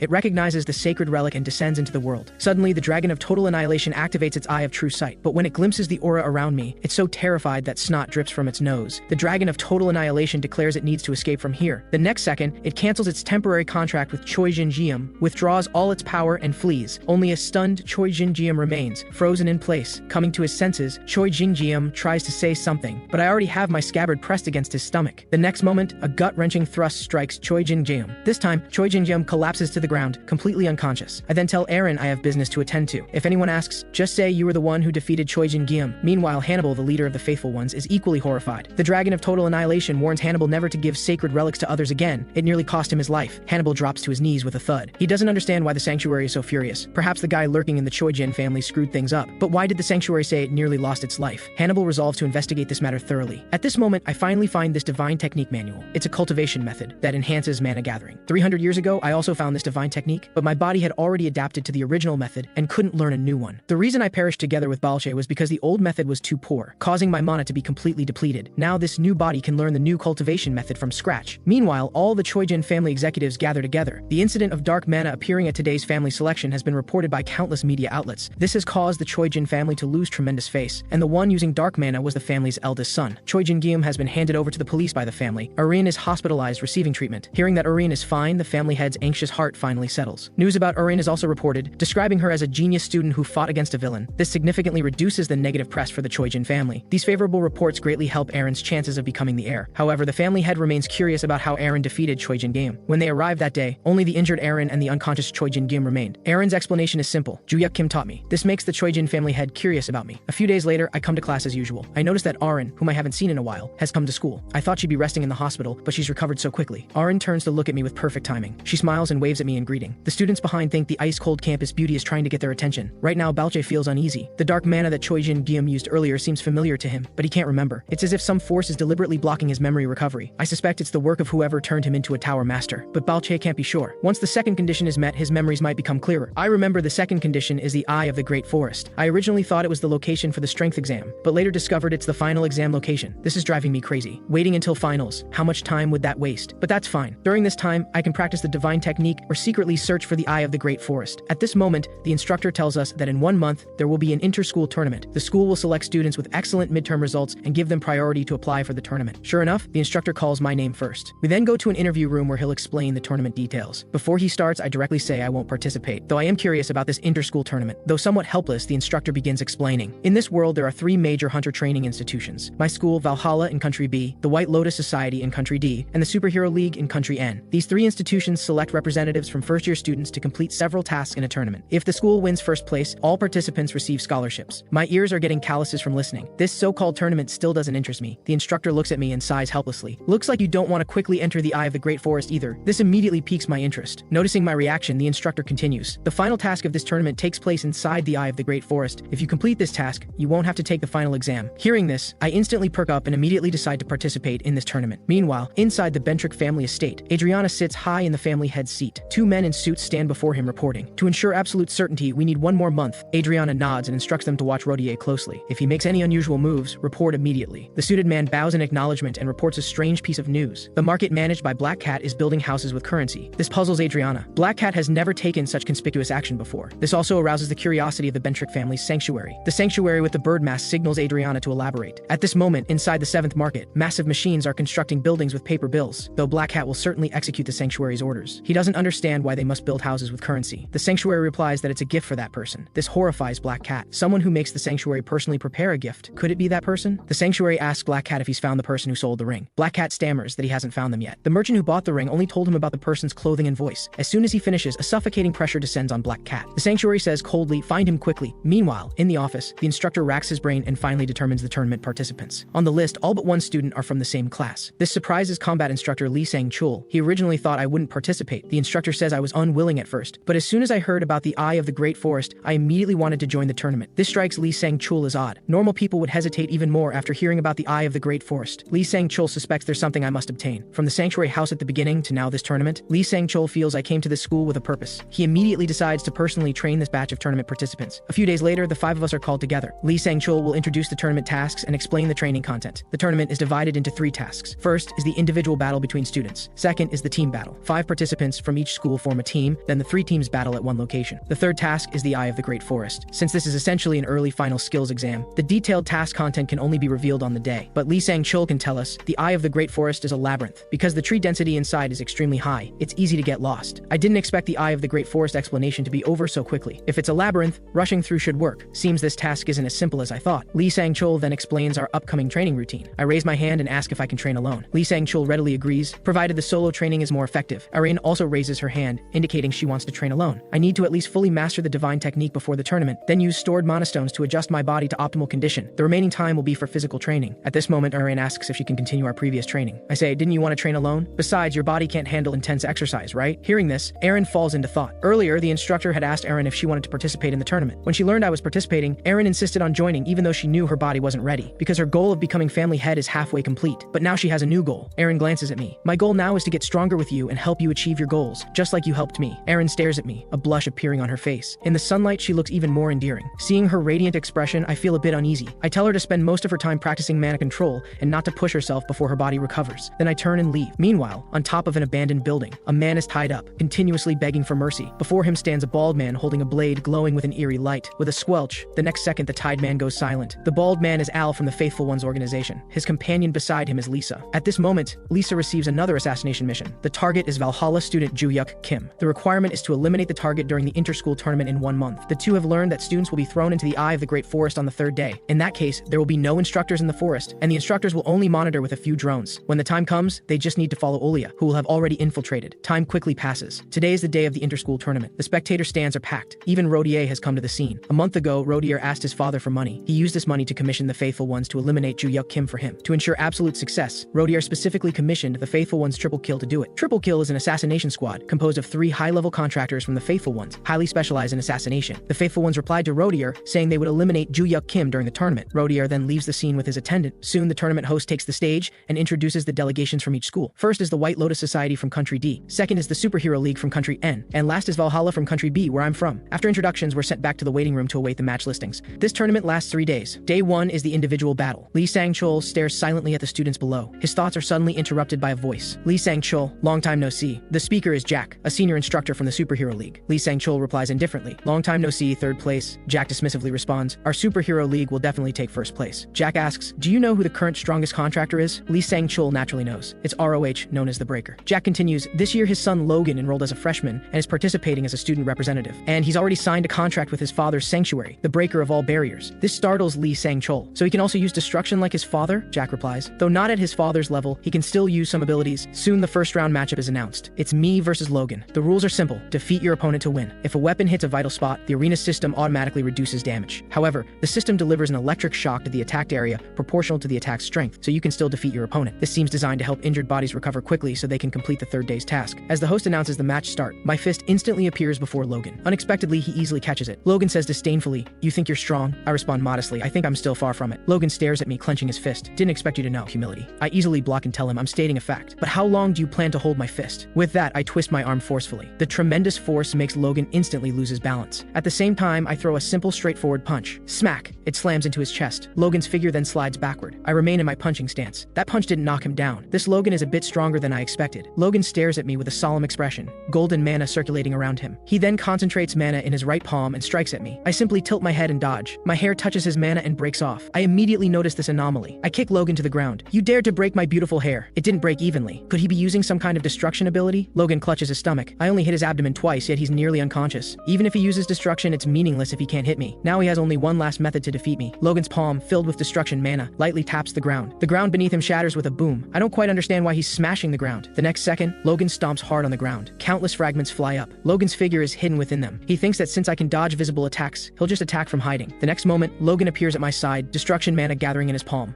I sweep toward his location. This startles Logan. I've already seen through his plan. Suddenly, a brick slaps Logan's face. I ask him, don't you know that using mana makes you detectable? As I finish speaking, I throw a punch. Boom. It smashes into Logan's nose. Logan's figure flies backward. He crashes into the wall behind and loses his fighting ability. Seeing this, Jack is so shocked his mouth hangs open. He didn't expect his school's ace to be defeated like this. I then take over the arena. 1 punch for each White Lotus Society member. 2 punches for each superhero. Soon, everyone from the other schools is swept clean by me alone. Next comes the individual finals. My opponent is Arin Choi from my own school. I scratch my head helplessly. This final match has no real meaning besides deciding rankings. Though I have no interest in victory rewards, I do want to confirm how much Arin's strength has improved. I tell Arin to attack me with full force. The next second, Arin grips the blade at her waist. Instantly, her entire aura transforms dramatically. Immediately after, a draw/crackling with lightning sweeps out horizontally. At the same time, I meet it with a simple, straightforward punch. Boom! The scene before them makes everyone break into a cold sweat. Arin now lies flat on the ground. I already held back considering her injury. Making her slam into the ground was just a spur-of-the-moment decision. Arin's blade suddenly changed trajectory toward my stomach. I just hammered my fist onto her blade, and this was the result. I feel I've grown stronger. With increased mana capacity, just a little infusion produces this kind of effect. And Arin has gotten stronger too. As the first day's tournament ends, Lee Sang-chul calls us together again. Thanks to the system's protection, Arin isn't injured. Lee Sang-chul then explains tomorrow's team battle formation. This is driving me crazy. Tomorrow I still have to waste a day's energy on matches before reaching the eye of the Great Forest. Soon, Lee Sang-chul finishes and reminds us to rest well. He then turns and leaves. At this moment, I catch up and ask if we can immediately proceed to the next task if tomorrow's mission ends early. Hearing this, Lee Sang-chul immediately checks the rulebook. He finally finds 2 exceptions that allow proceeding to the next task. First, if the day's task ends too early, instructors can decide whether to proceed to the next one. Second, if there are problems with the activity location or students are in poor condition, they can transition to the next stage. Hearing this, I ask Lee Sang-chul about that discretion you mentioned, Instructor. Would you consider immediately proceeding to the next task? Lee Sang-chul thinks for a moment and says if the team battle ends in the morning, there's no problem proceeding to the next task in the afternoon. I nod. Understood, Instructor. See you tomorrow. Turning around, I smile mischievously. I plan to complete the Eye of the Great Forest task all at once tomorrow. I really don't want to waste time now. Time quickly comes to the second day. Today's competition task is the simulated team battle. Because the competition takes place in the deep mountains, the process can only be broadcast via holographic projection. At this moment, Arin and the other three have already arrived at the competition site. Only I'm late. Soyeon-yu is getting impatient. When I arrive, Soyeon-yu immediately scolds me. I scratch my head helplessly. To make up for this mistake, let me complete this competition alone. Hearing this, Soyeon-yu freezes. She immediately points at me. Do you understand what team battle means? Because of the individual battle results, the other two schools are all watching us. And now you're saying you'll face them alone? She turns to ask Sayoko and the others if they have objections, but they're clearly pretending not to hear. I don't waste time talking and just turn to leave. They can stay here and prepare for entering the Eye of the Great Forest. The match has just begun. The White Lotus Society members are about to set out. I suddenly emerge from the bushes nearby. These two girls freak out when they see it's me, shouting, "It's that guy from Valhalla! Get ready for battle!" Their reaction speed is faster than I expected. Soon the announcement of White Lotus Society's elimination comes. This completely surprises Logan. The match has been going for less than 10 minutes. Logan speculates that the Valhalla team must have struck first, worried about being caught in a pincer attack. Soon, a youth on their team senses someone approaching, and it's only one person. This horrifies Logan and the others. After a brief moment of shock, Logan quickly and methodically commands everyone, prepare for battle. The two youths continue using mana sensing. The blonde girl sets up an ability enhancement magic circle. The short-haired girl infuses her shield with protective magic, ready to defend against sudden attacks. Logan stands in the center of the formation, destruction mana gathering in both hands. The blonde girl asks in confusion, "It's only one person. Do we really need to go this far?" Logan's expression remains serious. He knows if that person is me, this is absolutely necessary. At this moment, the youth in front responsible for sensing the enemy's position suddenly discovers the mana reaction has disappeared. They speculate I was just scouting nearby and left, but I've already appeared in the large tree beside them. "So you're all here?" Logan hurriedly turns toward my location, just in time to catch my attack with his nose. But you can't blame me. He's the one who stuck his head out to meet it. Logan is taken care of just like that. The short-haired girl hasn't even recovered from the sudden change. My scabbard has already struck her stomach. They realize they were too slow. The blonde girl, coming to her senses, shouts my name while a golden orb condenses in her hand. I don't even get a clear look at what it is before I casually dodge the golden orb. I don't go easy on anyone. I kick her directly in the abdomen. At the same time, the other two youths' fists arrive behind me. I sweep my blade smoothly, smashing into their waists. This achieves a double kill in one move. The 5 people I defeated now all lie on the ground, twitching occasionally. Soon the announcement of Superhero League's elimination sounds. Now I can get to the Eye of the Great Forest even faster. Meanwhile, in Valhalla's monitoring room, the host is encountering this situation for the first time. They saw everything clearly in the monitoring room.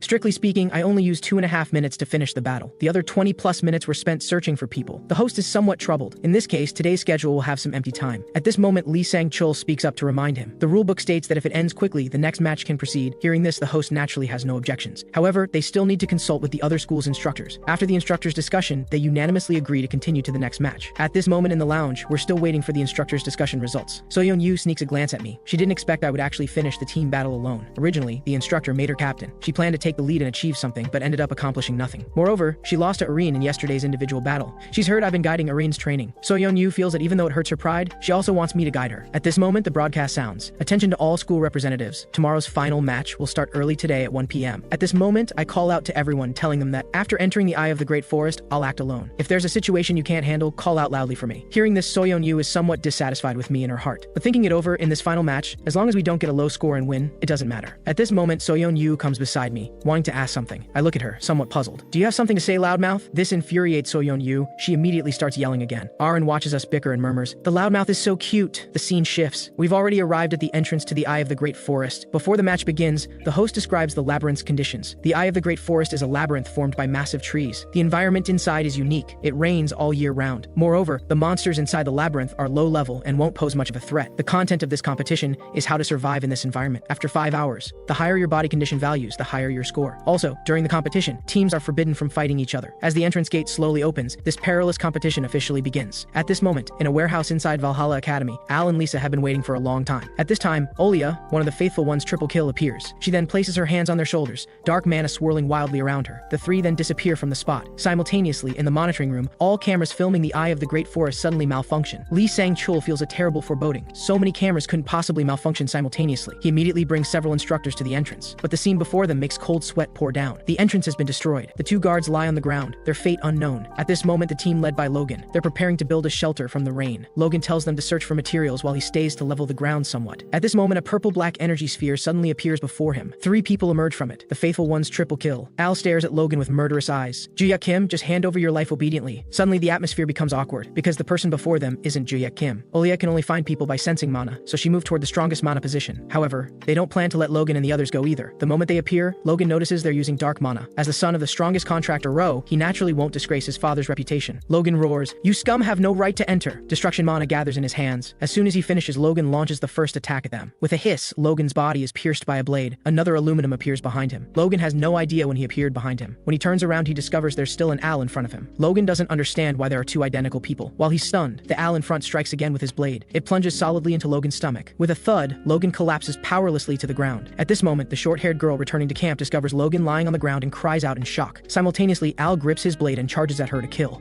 Meanwhile, I'm still searching for Rona's home in the rainforest. Suddenly, I notice the blonde girl from earlier frozen in place. At the same time, I spot several people lying on the ground, severely injured, and these 3 people who don't belong in this trial. As I walk forward slowly, the blonde girl cries out my name when she sees who's coming. Al stares at me with interest and says, "You came because you heard them shouting, didn't you? How convenient that you've delivered yourself to us." Hearing this, I understand. They came here specifically to kill me. I tell the blonde girl to quickly stop their bleeding. I'll handle these guys. Logan and the others are still alive. It's obvious these guys didn't go for the kill just now. They deliberately wanted Logan and the others to bleed out. That's absolutely disgusting. I glare at them with furrowed brows and say, "I'm really pissed off right now. You'll answer whatever I ask." Al stares at me mockingly and says, "You don't seem to understand your situation. We've already destroyed the entrance to this place. The surveillance drones too. It'll probably take an hour to clear everything up." Hearing this makes me furious. I went through so much trouble to get in early, and now I only have 1 hour left to search. Seeing me muttering to myself, Al decides to stop wasting time. In an instant, he and his clone attack me simultaneously. Both his strikes miss. I've already vanished from where I was standing. Al is shocked beyond belief. He didn't even see where I went. Right now, I've already appeared beside him, my scabbard aimed at him. I won't let any of these 3 get away. This strike directly breaks Al's nose. The powerful force sends him flying backward 2.5 meters. Then he crashes heavily to the ground. The other 2 haven't even recovered from seeing Al get sent flying. I've already silently appeared behind them. 2 loud thuds as I strike their heads. Both take the heavy blows, their eyes rolling back as they lose consciousness. Then they slide 2.5 meters across the ground, coming to rest level with Al. I urge the blonde girl, quickly use your mana to stop Logan and the others bleeding. If you can't do it alone, go west and find Valhalla students to help. The girl doesn't go. Instead, she plans to save whoever she can. At this moment, Al, who's been unconscious for a while, wakes up. Looking at his equally unconscious teammates, he has no idea what happened. I walk up to him, looking down at him from above and say, "Answer my questions if you don't want to die. Who sent you to kill me?" Al remains stubborn. "We're professional assassins. We would never reveal who hired us." At the same time, his clone appears behind me, about to ambush me. Little does he know, I've already sensed it and dodge casually. Now Al completely panics. He didn't expect me to dodge because his clone has no presence when attacking. I furrow my brows. This bald guy keeps trying sneak attacks from behind. Then with an upward swing, I obliterate his clone. At this moment, Al finds another opportunity to ambush me. I slam an elbow strike directly into his face. I ask him again, "Who ordered you to kill me?" This bald guy is practically in tears from my beating, but he still won't tell me. Then my aura suddenly changes. "Then I'll have no choice but to beat you without holding back." Bang! This strike sends Al flying. An hour later, the instructors finally arrive. Right now, Valhalla students are treating Logan and the others' injuries. Fortunately, no students died. Then Logan recounts what happened. Based on Logan's description, Lee Sang-chul guesses it might be the Faithful One's triple kill and urgently asks about their location. Logan points into the distance. They're over there. Joo-hyuk Kim already dealt with all of them. Al and Lisa are now lying on the ground like dead dogs, completely motionless. The most shocked person right now is undoubtedly Lee Sang-chul. He knew I was strong, but he didn't expect me to single-handedly crush triple kill. Logan is like a deflated balloon. Before he nearly lost consciousness, he vaguely saw me fighting. After being injured by those villains, he had no power to fight back, but I crushed them without any pressure. Only now does he understand that when I fought them, I didn't even reveal half my strength. Logan previously thought he was already very strong for a student. Now he realizes he was too arrogant. Jack notices Logan seems discouraged and comes to comfort him. "Don't be disheartened. There's always someone better. Knowing yourself is more important than anything." Having finished everything, I throw Olia to the ground. I already know everything about who's behind them and their purpose. Seeing that I'm fine, Lee Sang-chul also breathes a sigh of relief. The injured students are all sent to the hospital afterward. This 2-day competition ends with some scares but no real danger. After returning to the dorm, I take a nice hot shower. This day really exhausted me. Fortunately, I got what I wanted. This is all thanks to triple kills Olia. I noticed earlier that her position was at the back. From this, I determined that Olia is very likely a support with special abilities. When I interrogated her, she created a space to try to escape. I intervened and blocked her transmission with the space. At that point, I confirmed her ability can create a subspace, then move the entire space for short-distance teleportation. After a friendly conversation with her, I used her ability to find Rona's home. I also found the spirit orb in a very short time and learned about the forces behind them from her. And the client was indeed that guy Rodier. Although I really want to leak this attack to the media like last time. If the Bentrick family comes to cause trouble again this time, wouldn't that annoy me to death? The urgent priority now is to activate the next task. Ding! The next task activates, face the lost memories through sleep. This is pretty absurd. I didn't expect I just need to sleep. At the same time, Balche's task also appears. Recover the lost memories. Lying in bed, I can't fall asleep for a long time. I don't feel like I'm missing any memories. Finally, when I fall asleep, I actually see the Tower of Destruction in my dream. In the dream, I'm barely alive, leaning against a wall. Lying in front of me is the already dead tower Lord Balche. After I completely lose consciousness and die, a black figure appears before me. He stares at my corpse and says, "Then I'll take your name, and I'll also take the name of the world you protected." As the black shadow disappears, the entire Tower of Destruction begins to collapse. At the same time, I wake up startled from my sleep. I don't understand why I had that dream. I don't know if what I just saw really happened, or if this is my lost memory. I ask Balche if he recovered his memories. Balche thinks for a while and answers, "I think I used to be a tiger." This leaves me speechless. I ask some other questions, but Balche can't can't remember anything else. What puzzles me is, didn't Balche see that mysterious figure in the dream? Maybe he was already killed by me at that point. There are no other gains this time, just a fragmentary memory. What does it mean when that black shadow said he took my name? At this moment, the system pops up a prompt telling me to go to the Valhalla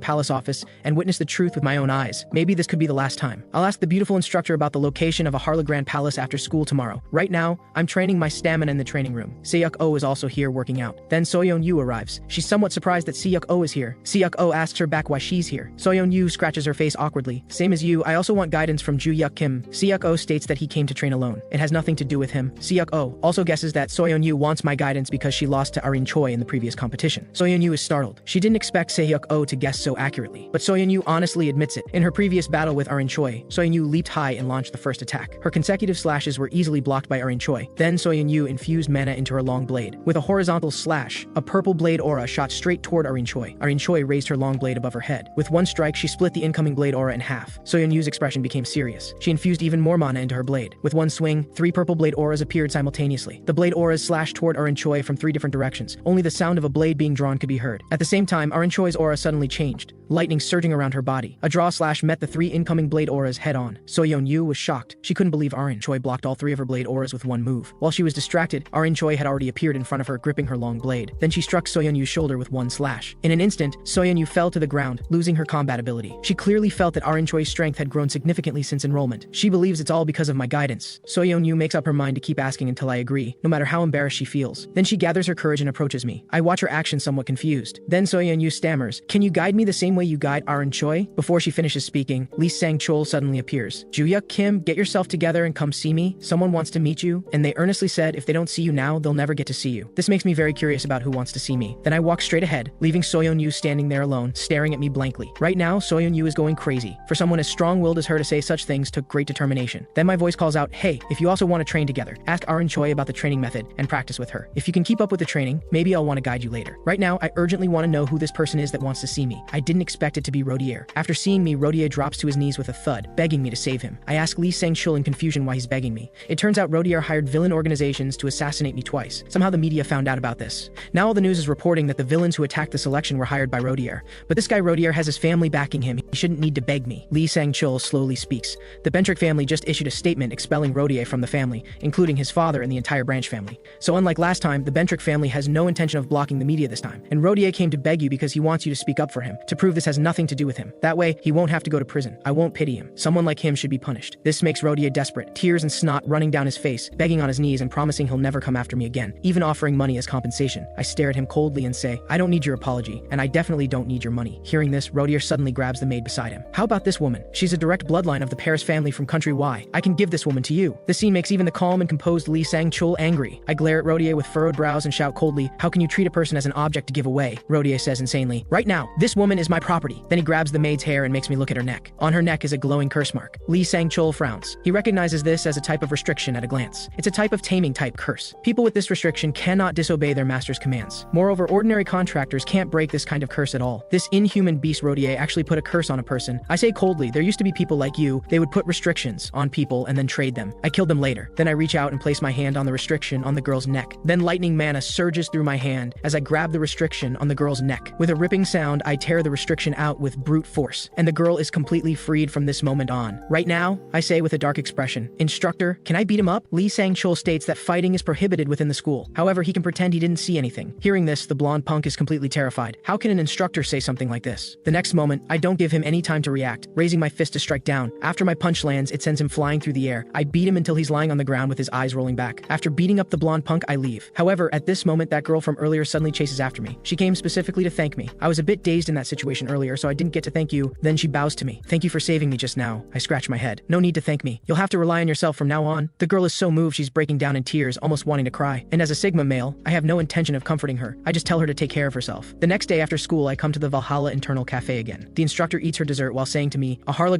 Palace is in Country D." This is what I asked her to investigate before. But to be precise, it should be in the White Lotus Society's dungeon in Country D. I don't know much about this White Lotus Society. It seems to be the academy that participated in the school competition. The instructor nods. "That's right, it's the academy academy you mentioned, this makes me fall into thought. So that's the White Lotus Society's dungeon. As far as I know, unlike before, if you enter someone else's dungeon without permission now, it's illegal. But what I don't understand is why this dungeon ownership system exists. There was no such thing before. Dungeons were places anyone could freely enter and exit. Although I'm confident I can break into the dungeon alone, it's an academy-owned dungeon. Forcing my way in wouldn't be good. Then I asked the instructor if there's a way to enter. The instructor raises her palm with 3 fingers up. Her meaning is simple. Give her 3 pieces of information, and she'll tell me the confidential information. Seeing this, I immediately stand up to leave. I won't be manipulated by a woman. Now the instructor suddenly panics and hurriedly tells me to sit down. Seeing the instructor's good attitude, I return to my seat. Since you want to tell me so badly, I'll reluctantly listen. The instructor first says to me quietly, "This is confidential. You absolutely cannot spread it outside." Then she begins narrating. The school competition is a 3-way contest between our country, Country D, and Country N. The world competition is as grand as the Olympics, where academies from all over the world gather to compete. Hearing this, I generally understand. In other words, it's an upgraded version of the school competition. This will be even harder to deal with. I have a method on my side, but I don't know if it will work. But before that, you must agree to one condition. That is to go with me to the World Monster Research Association. Just one day. No need to worry about anything else. 20 hours later, we arrive at the World Monster Research Association. I'm very dissatisfied. She clearly told me it would only take one day. Now we've flown to L City. Only now do I realize that the one day she mentioned meant one day to get here. But since I'm already here, there's nothing I can do. I can only go in and take a look. However, there's one thing I still want to know. What exactly does she want me to do? A moment later, I'm arranged to fight a boar monster. Outside the window, a group of old men look at the reports in their hands. It turns out the instructor wants me to help verify the feasibility of her thesis. And this feasibility is about the method I told her for capturing monsters. The next moment, I swing lightly and kill the monster projection with one strike. What annoys me is there's actually another monster waiting for me to verify. An hour later, I collapse on the sofa. I suddenly feel the instructor's verification is so annoying. But during the verification just now, I discovered something. When we entered here, everyone looked at us with cold, sidelong glances. The instructor takes a sip of tea and says unhurriedly, "The reason is simple. We just feel awkward with each other, because their monster strategy guides have been established for decades." I suddenly appeared and directly refuted them with a thesis. Of course, I'll be treated differently. And the reason she called me here is because the association won't cooperate with her at all. Those stubborn old fools extremely hate having their theories refuted. Monster strategy guide theses are their important means of elevating status and power. The association is now completely controlled by these people who hold positions of power. They're all in cahoots with each other. But for the sake of putting the thesis into practice, she can only endure these cold looks. After clearing up my confusion, I tell the instructor she should help me too. At this moment, the instructor suddenly smiles. It seems we came at the right time. She's here as expected, and this person is the White Lotus Society's leader the instructor mentioned. The instructor heard she often comes to the association. She just saw her. At this moment, a knock on the door interrupts our conversation. A woman arrives. She unceremoniously pushes open the door and walks in. And when I see who it is, I'm stunned. The White Lotus Society's leader smiles slightly. "Hello, I'm the leader of the White Lotus Society. My name is Soleon." I also politely greet her. "I'm Joo-hyuk Kim. What can I do for you?" It turns out she came specifically to find me. She hopes I can help her deal with someone. Hearing this, I'm stunned. What kind of person requires the leader to ask for my help? At this moment, the instructor slowly stands up. She doesn't want to hear what comes next, so she plans to find an excuse to slip away. The leader silently praises, "This woman is quite perceptive." At this point, I say bluntly, "Just tell me in detail who you want me to deal with." Although she currently serves as the leader of the White Lotus Society, she's also a member of the Seol family. The Seol family was the first family established in Country D after the Age of Destruction,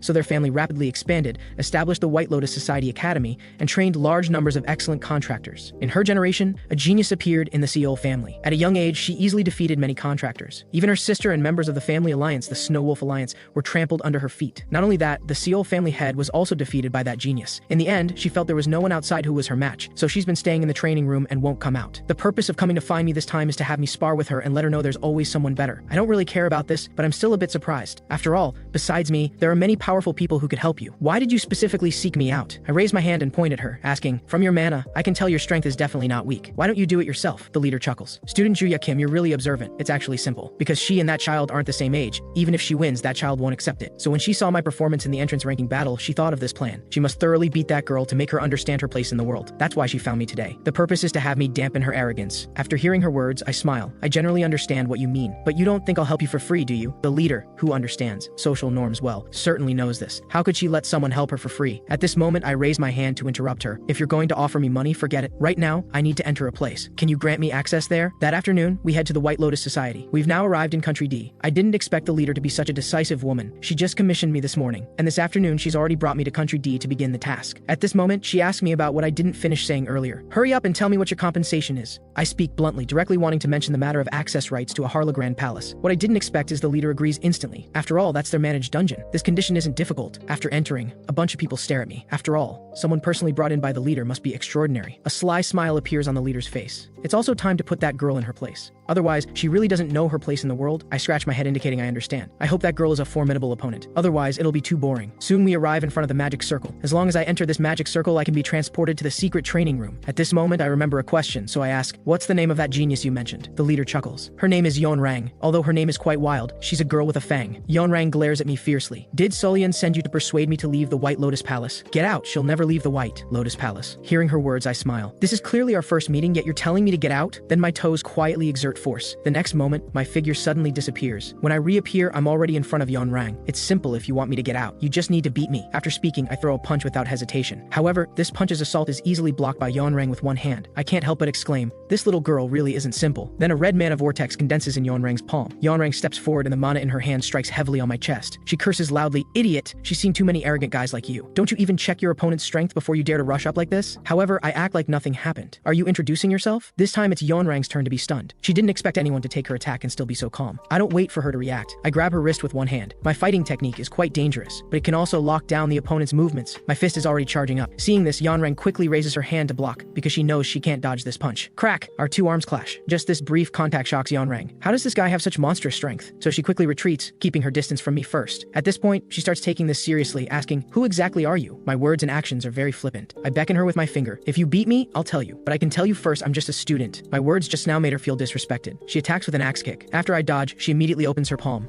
Yon Rang's claws attack rapidly, but I still dodge by sidestepping. Now Yon Rang is getting unsettled. She feels like every attack is being predicted by me. She can't hit me at all. At this moment, Yon Rang's eyes look at me in disbelief, because she just saw me seemingly take a step back, and my hand has already started forming a fist, as if planning to counterattack. So she doesn't hesitate anymore, and immediately retreats. She must keep her distance from me first. What Yon Rang didn't expect is my speed is above hers. With one step, I keep up with her movement. Then that power-charged fist strikes heavily on her abdomen. I praise her immensely in my heart. This little girl's combat talent is really strong. It turns out Yon Rang retreated just now because she knew she couldn't dodge my attack, so retreating could buffer over 30% of my force. The more I look at this white-haired girl, the more I like her. I deliberately let her hit me with one punch just now. From that moment, I felt that 300 years ago, almost none of my disciples at her age could reach such strong abilities. Yon Rang breaks out in cold sweat. With this kind of strength, is he really just a student? Most importantly, he's actually the same age as her. In other words, similar in age, yet she's being suppressed by him. But the more it's like this, the more interested Yon Rang becomes. She thinks I'm much more interesting than those old folks. So Yon Rang assumes a fighting stance again. She wants to fight me even more intensely. Seeing Yon Rang's rekindled confidence, I wonder whether to dampen her pride a bit more. Meanwhile, our battle is being watched by the leader. Few people know that the leader actually lost to Yon Rang when she fought her before. The leader doesn't really hold much hope that I can beat Yon Rang. She just wants her to clearly know that a student can fight her to this extent, proving there are many experts outside, rather than secluding herself in a small room to train alone. And my identity is just right. First, I'm a student. Second, I've captured villains and was a major contributor to our school winning first place in the competition. So even if I fight Yon Rang, it's impossible for me to easily lose to her. Meanwhile, Yon Rang charges at me again. She opens both her hands while charging. Just as Yon Rang is about to reach me, she attacked with crossed hands, but I dodge with a crouch. However, as if Yon Rang predicted this, her knee is already approaching my face. This move of Yon Rang solidly hits my face. This makes her smile. "I finally hit you," but Yon Rang quickly reacts. She feels a faint stinging pain in her knee. The next second, a piercing scream echoes through the entire room. "Is your head made of stone? How can it be harder than my knee?" I chuckle. "Isn't that a stupid question?" Just in that instant, I saw her knee attacking me, so I headbutted her. Compared to her protruding kneecap, of course my forehead is harder. At this moment, Yon Rang is already discouraged, because no matter how she attacks, I dodge. Although saying this hurts her pride, she knows my physical abilities are indeed above hers. Then she says to me, "Just now we weren't using mana. Now we have no restrictions." I say, "Oh," indifferently. "Then start using mana now. Let me see how strong your mana is." The next moment, an extremely powerful aura bursts out. Red glowing mana radiates from Yon Rang's body. That visible mana is somewhat alarming to see. Only by using her full strength like this does she have a chance of defeating me. Well, it seems this little girl's pride has already been damaged. You want to gather all your mana, right? If that's the case, then I won't hide either. I also burst out all my mana at this moment. Yon Rang freezes. She's completely stunned, because the mana on my body is like surging river water, endless and continuous, with no end in sight. Yon Rang curses silently, "Madman, is this really the power a student can possess?" At this moment, Yon Rang heavily stamps her foot. Right now, she doesn't need any battle plan. She just needs one lethal strike. While running, she immediately condenses all her mana into her fist. Boom! Yon Rang's fist is incredibly fast, quickly reaching in front of me. Yon Rang thinks to herself that as long as this punch can hit him, she can definitely win this battle. Just when she's about to think her fist is going to hit me, I dodge her attack with an unusual posture. However, next it's my turn to counterattack. I quickly straighten up, and that fist strikes heavily on Yon Rang's abdomen. That punch directly makes Yon Rang's eyes roll back white, mumbling incoherently, seemingly calling me a monster. Then with a thud, she drops to her knees on the ground. The leader and her bodyguard are both stunned. They didn't expect such a powerful Yon Rang to be defeated by him so quickly. A moment later, I carry Yon Rang out of the secret chamber like a kitten. Now, I've fulfilled the leader's request by beating up Yon Rang and bringing her out. The leader's face is clearly unsettled. She didn't expect I could really bring her out. At first, she just wanted to dampen her arrogance. Then the leader asks if I'm injured. I say I'm fine anyway, not sure if she's injured. Next, she asks if Yon Rang is seriously injured. She's quite concerned about Yon Rang's injuries. I release my hand and drop Yon Rang's body on the ground. She's indeed strong enough, but her last move really disappointed me. She can be better refined in the future. This drop directly wakes Yon Rang up.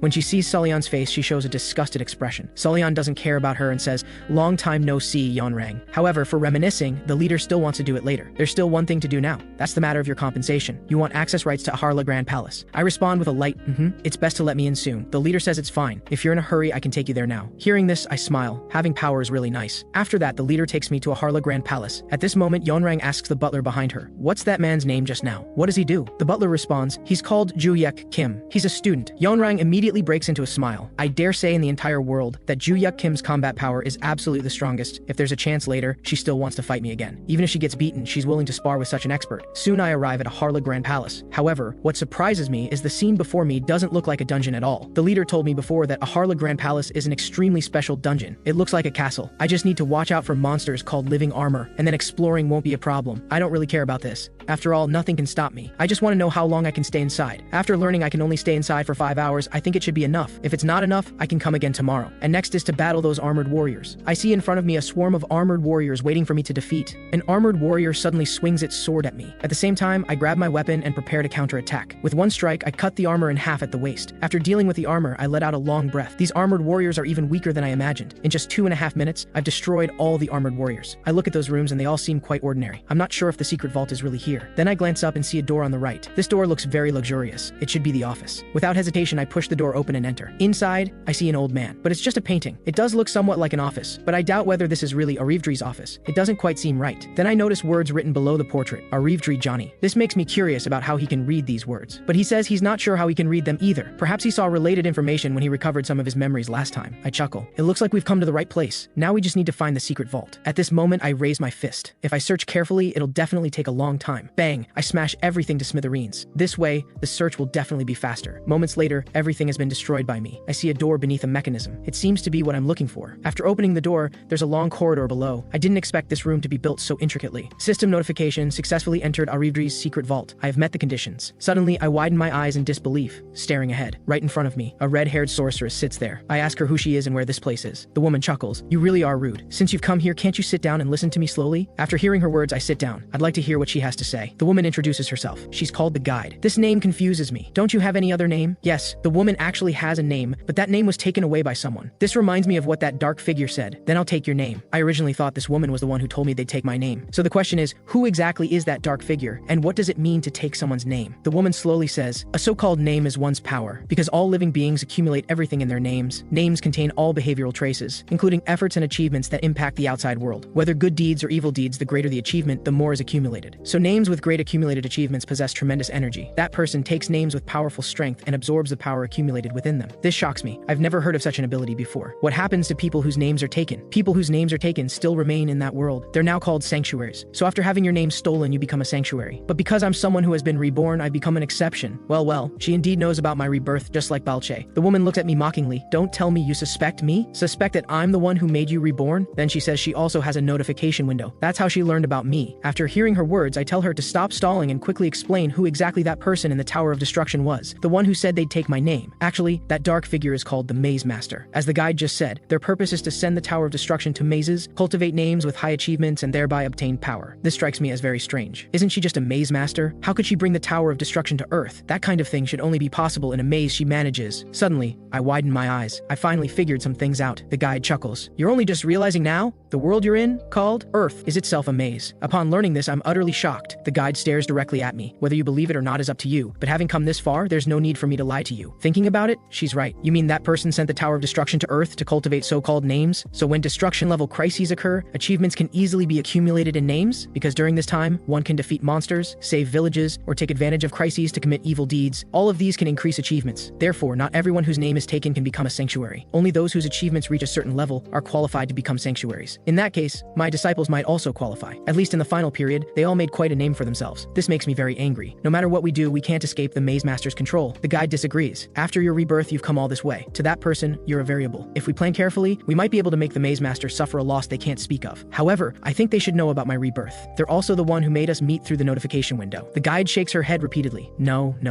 The one who made you reborn and sent the notification window for us to meet is not the Maze Master. Then, if it's not the Maze Master, who who is it who has such great ability to make me reborn? To this, the guide says she doesn't know. With her current power, she simply can't investigate everything behind it all. However, since they made you reborn, I guess this person should have some connection to you. Then she gathers mana in both hands and a ball of light appears at her chest. Moments later, that ball of light transforms into a gray ring. I reach out to take the ring and ask what it's for. I don't have much time to explain in detail right now. Simply put, this is the key to our counterattack. I tell her not to rush off. You're right in front of me anyway. Whatever it is, just explain it clearly. But it turns out that although she's still here talking to me, she's being hunted, and the one hunting her is the maze master. But it's fine. You've already met the conditions. It'll be easy to see me in the future. Then she snaps her fingers and says goodbye. We'll meet again in 2 days. Don't lose the ring. Snap. With the snap of her fingers, the guide completely disappears before my eyes. The moment the guide disappears, I appear at the entrance. It seems she teleported me out. I snort coldly. I finally found the one responsible. First sending the Tower of Destruction, then stealing names, the culprit who's preventing me from living lavishly. I originally wanted to coast through this life, but that damned maze master just won't let me have my way. Although I don't know what this ring is, it probably isn't an item that directly makes me stronger. Before the competition, I absorbed some mana and had some storage stones left over. This time I'm going to absorb them all. Although this won't increase my strength, I believe at least my mana quantity can almost reach its peak level. For me, that's enough. Meanwhile, on a small island in the North Pacific, a man sits on a sofa watching the news. His trembling hands show he's very nervous and angry because the news displays assassination organization triple kill, repelled by Valhalla student Joo-hyuk Kim. Crack! The tablet in his hand is crushed to pieces. He is Hannibal, the leader of the faithful ones. After being taught a lesson by a sanctuary before, he's been carefully observing Joo-hyuk Kim. Later he learned that Choi Jin-gyum, who signed a temporary contract with the sanctuary, was dealt with by him. So when he received the commission from that person from the Bentrick family's branch line, he felt it was somewhat unprofitable. But in order to completely eliminate Joo-hyuk Kim, he assigned the task to triple kill. However, not only were they crushed by their opponent, they also revealed they were from the faithful ones. Can they even be called a professional assassination organization? They have no assassin professionalism at all. At this moment, a voice sounds. Hannibal, you seem quite troubled. The person who came is Georgie, the leader of first-class breed. He can completely understand Hannibal's feelings. They've had the same experience, losing a useful chess piece because of Joo-hyuk Kim. Hannibal knows this too. It seems to be DeSera, who was reported in the news. He accepted a commission privately without reporting to the organization. Not only did he fail to complete the mission, he also revealed his entire identity to a student. Georgie originally planned to use him as an informant for the Bentrick family, but fearing information leaks, he personally eliminated DeSera before he was sent to detention. At this moment, Hannibal speaks. Can you help me eliminate triple kill who are being transferred? Georgie agrees on the spot. Since it's your commission, I must accept, Hannibal says somewhat unwillingly. Besides that, help me deal with Joo-hyuk Kim while you're at it. At this, Georgie says in a deep voice, I advise you not to touch Joo-hyuk Kim. The heresy has already set their sights on him. You don't need to make a move at all. Hannibal is completely stunned.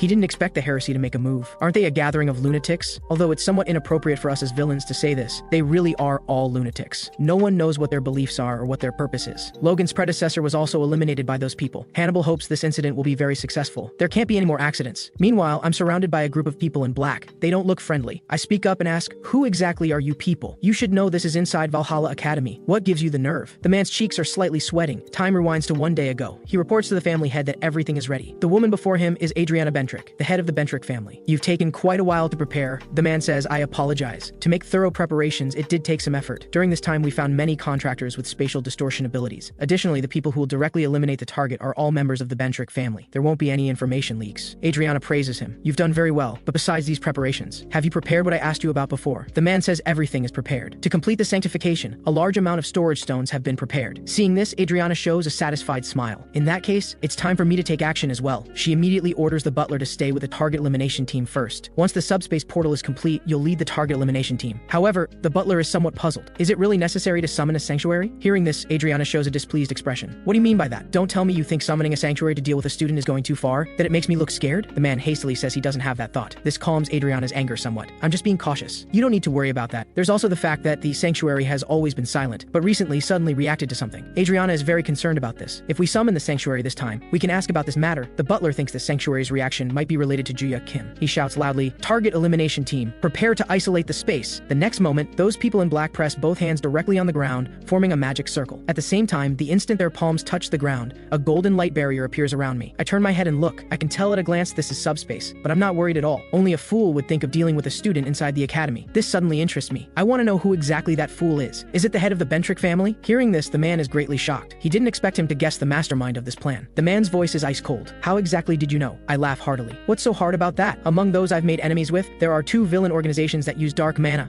and only 1 enemy who doesn't use dark mana. So who else could it be besides the Bentrick family? As I speak, I take off my backpack. I'm preparing for a big fight. After discovering he's been exposed, the man doesn't panic. Since you've found out, we don't need to hide anymore. He tells the people behind him, call the target elimination team over. In just an instant, many people are teleported over. The next second, I'm directly surrounded by them. Don't you people feel ashamed to deal with 1 student? You've brought this many people? To this, the man raises the long blade in his hand. None of that matters because we only follow the family head's orders. I wave my hand. hand. It seems those families of yours really have no shame. The man stops arguing with me and directly tells the people behind him, go and take him down. In an instant, everyone rushes at me with swords, spears, blades, and axes. Everything. However, I'm not panicked at all. Instead, I'm interested. The next moment, I suddenly release my mana and send them all flying. The butler seizes the opportunity to swing his sword, but in my eyes, this attack isn't worth mentioning at all. After retreating 3 steps, I start taunting him again. That sword swing of yours was like a child playing. Just as my words fall, 2 people suddenly appear above my head, preparing to ambush me. Clang! However, after their swords fall, I've already disappeared from that spot. Then I leap high and make a kicking motion. With one kick, I directly knock over 2 people. I've already figured it out. These people's tactic is a rotating battle, absolutely not giving me any space to rest. At this moment, the butler hides in the shadows. He wants to catch me off guard with a fatal blow, but his attack has no lethality to me at all. I dodge it with just a slight sidestep. The man is incredibly shocked. Is this really the strength the student can possess? At this moment, I've had enough fun and prepare to start my counterattack. I flick my hand and press my scabbard directly against his chest. Then I show an extremely evil smile and exert force heavily with my left hand. With just one strike, I send the man flying. This strike is no ordinary one. I secretly added magical power to the scabbard, penetrating his entire chest. The man's eyes roll back from my strike. Before, he was wondering why so many people were needed to deal with one student, but now he finally understands he was wrong. As his consciousness fades, he finally recalls that the family head's judgment was correct. This Joo-hyuk Kim absolutely cannot be left alive. Crash! The man falls directly to the ground, his consciousness already lost. However, precisely because of the man's fall, the mastermind appears, the head of the Bentrick family. I've been waiting here for you for quite a while. She glances indifferently at the butler lying on the ground. Most members of the target elimination team, including the butler, are much stronger than ordinary contractors, but I didn't expect them to be so helpless before this student. Then she slowly draws the sword in her hand. It seems there's only one method left. She says to me, you can be proud of this, because you will witness a scene ordinary people could never see in their lifetime. The Bentrick family's sacred relic. I look at her words with utter contempt. I should feel proud just for seeing that short sword? Is this what a family head who lost their dignity by sending a group to gang up on one student should say? The family head curses and charges at me. You trash! I will definitely kill you today. At this moment, the storage stone beside the butler suddenly moves. The next moment, that storage stone suddenly glows with golden light and floats in the air. Not just the butlers, all the storage stones on everyone present light up with golden light. This greatly surprises the family head. What's going on with these storage stones? What exactly is happening? Then something even more surprising happens. The short sword also lights up with golden light. At this moment, the family head finally reacts. Could this reaction be caused by the sanctuary? From that ball of golden light emerges an interface window. This symbol represents speechlessness. The next moment, the interface window says uncertainly, is it, Master? Everyone present cannot move their bodies. What puzzles the family head is why I'm not affected at all and can move freely here. I turn my head and look around, still not understanding what's happening. After feeling that her body can't move, the family head suddenly thinks, could the sanctification have been forcibly activated? She glances behind her. Currently, only her and my consciousness are awake. However, she can't move, but the other team members' bodies and consciousness are in a state of stasis. I slowly step forward and touch that small dagger. So this is the sacred relic? And what does this interface window in front of me mean? She called me Master. Could this be one of my disciples from my previous life? Just then,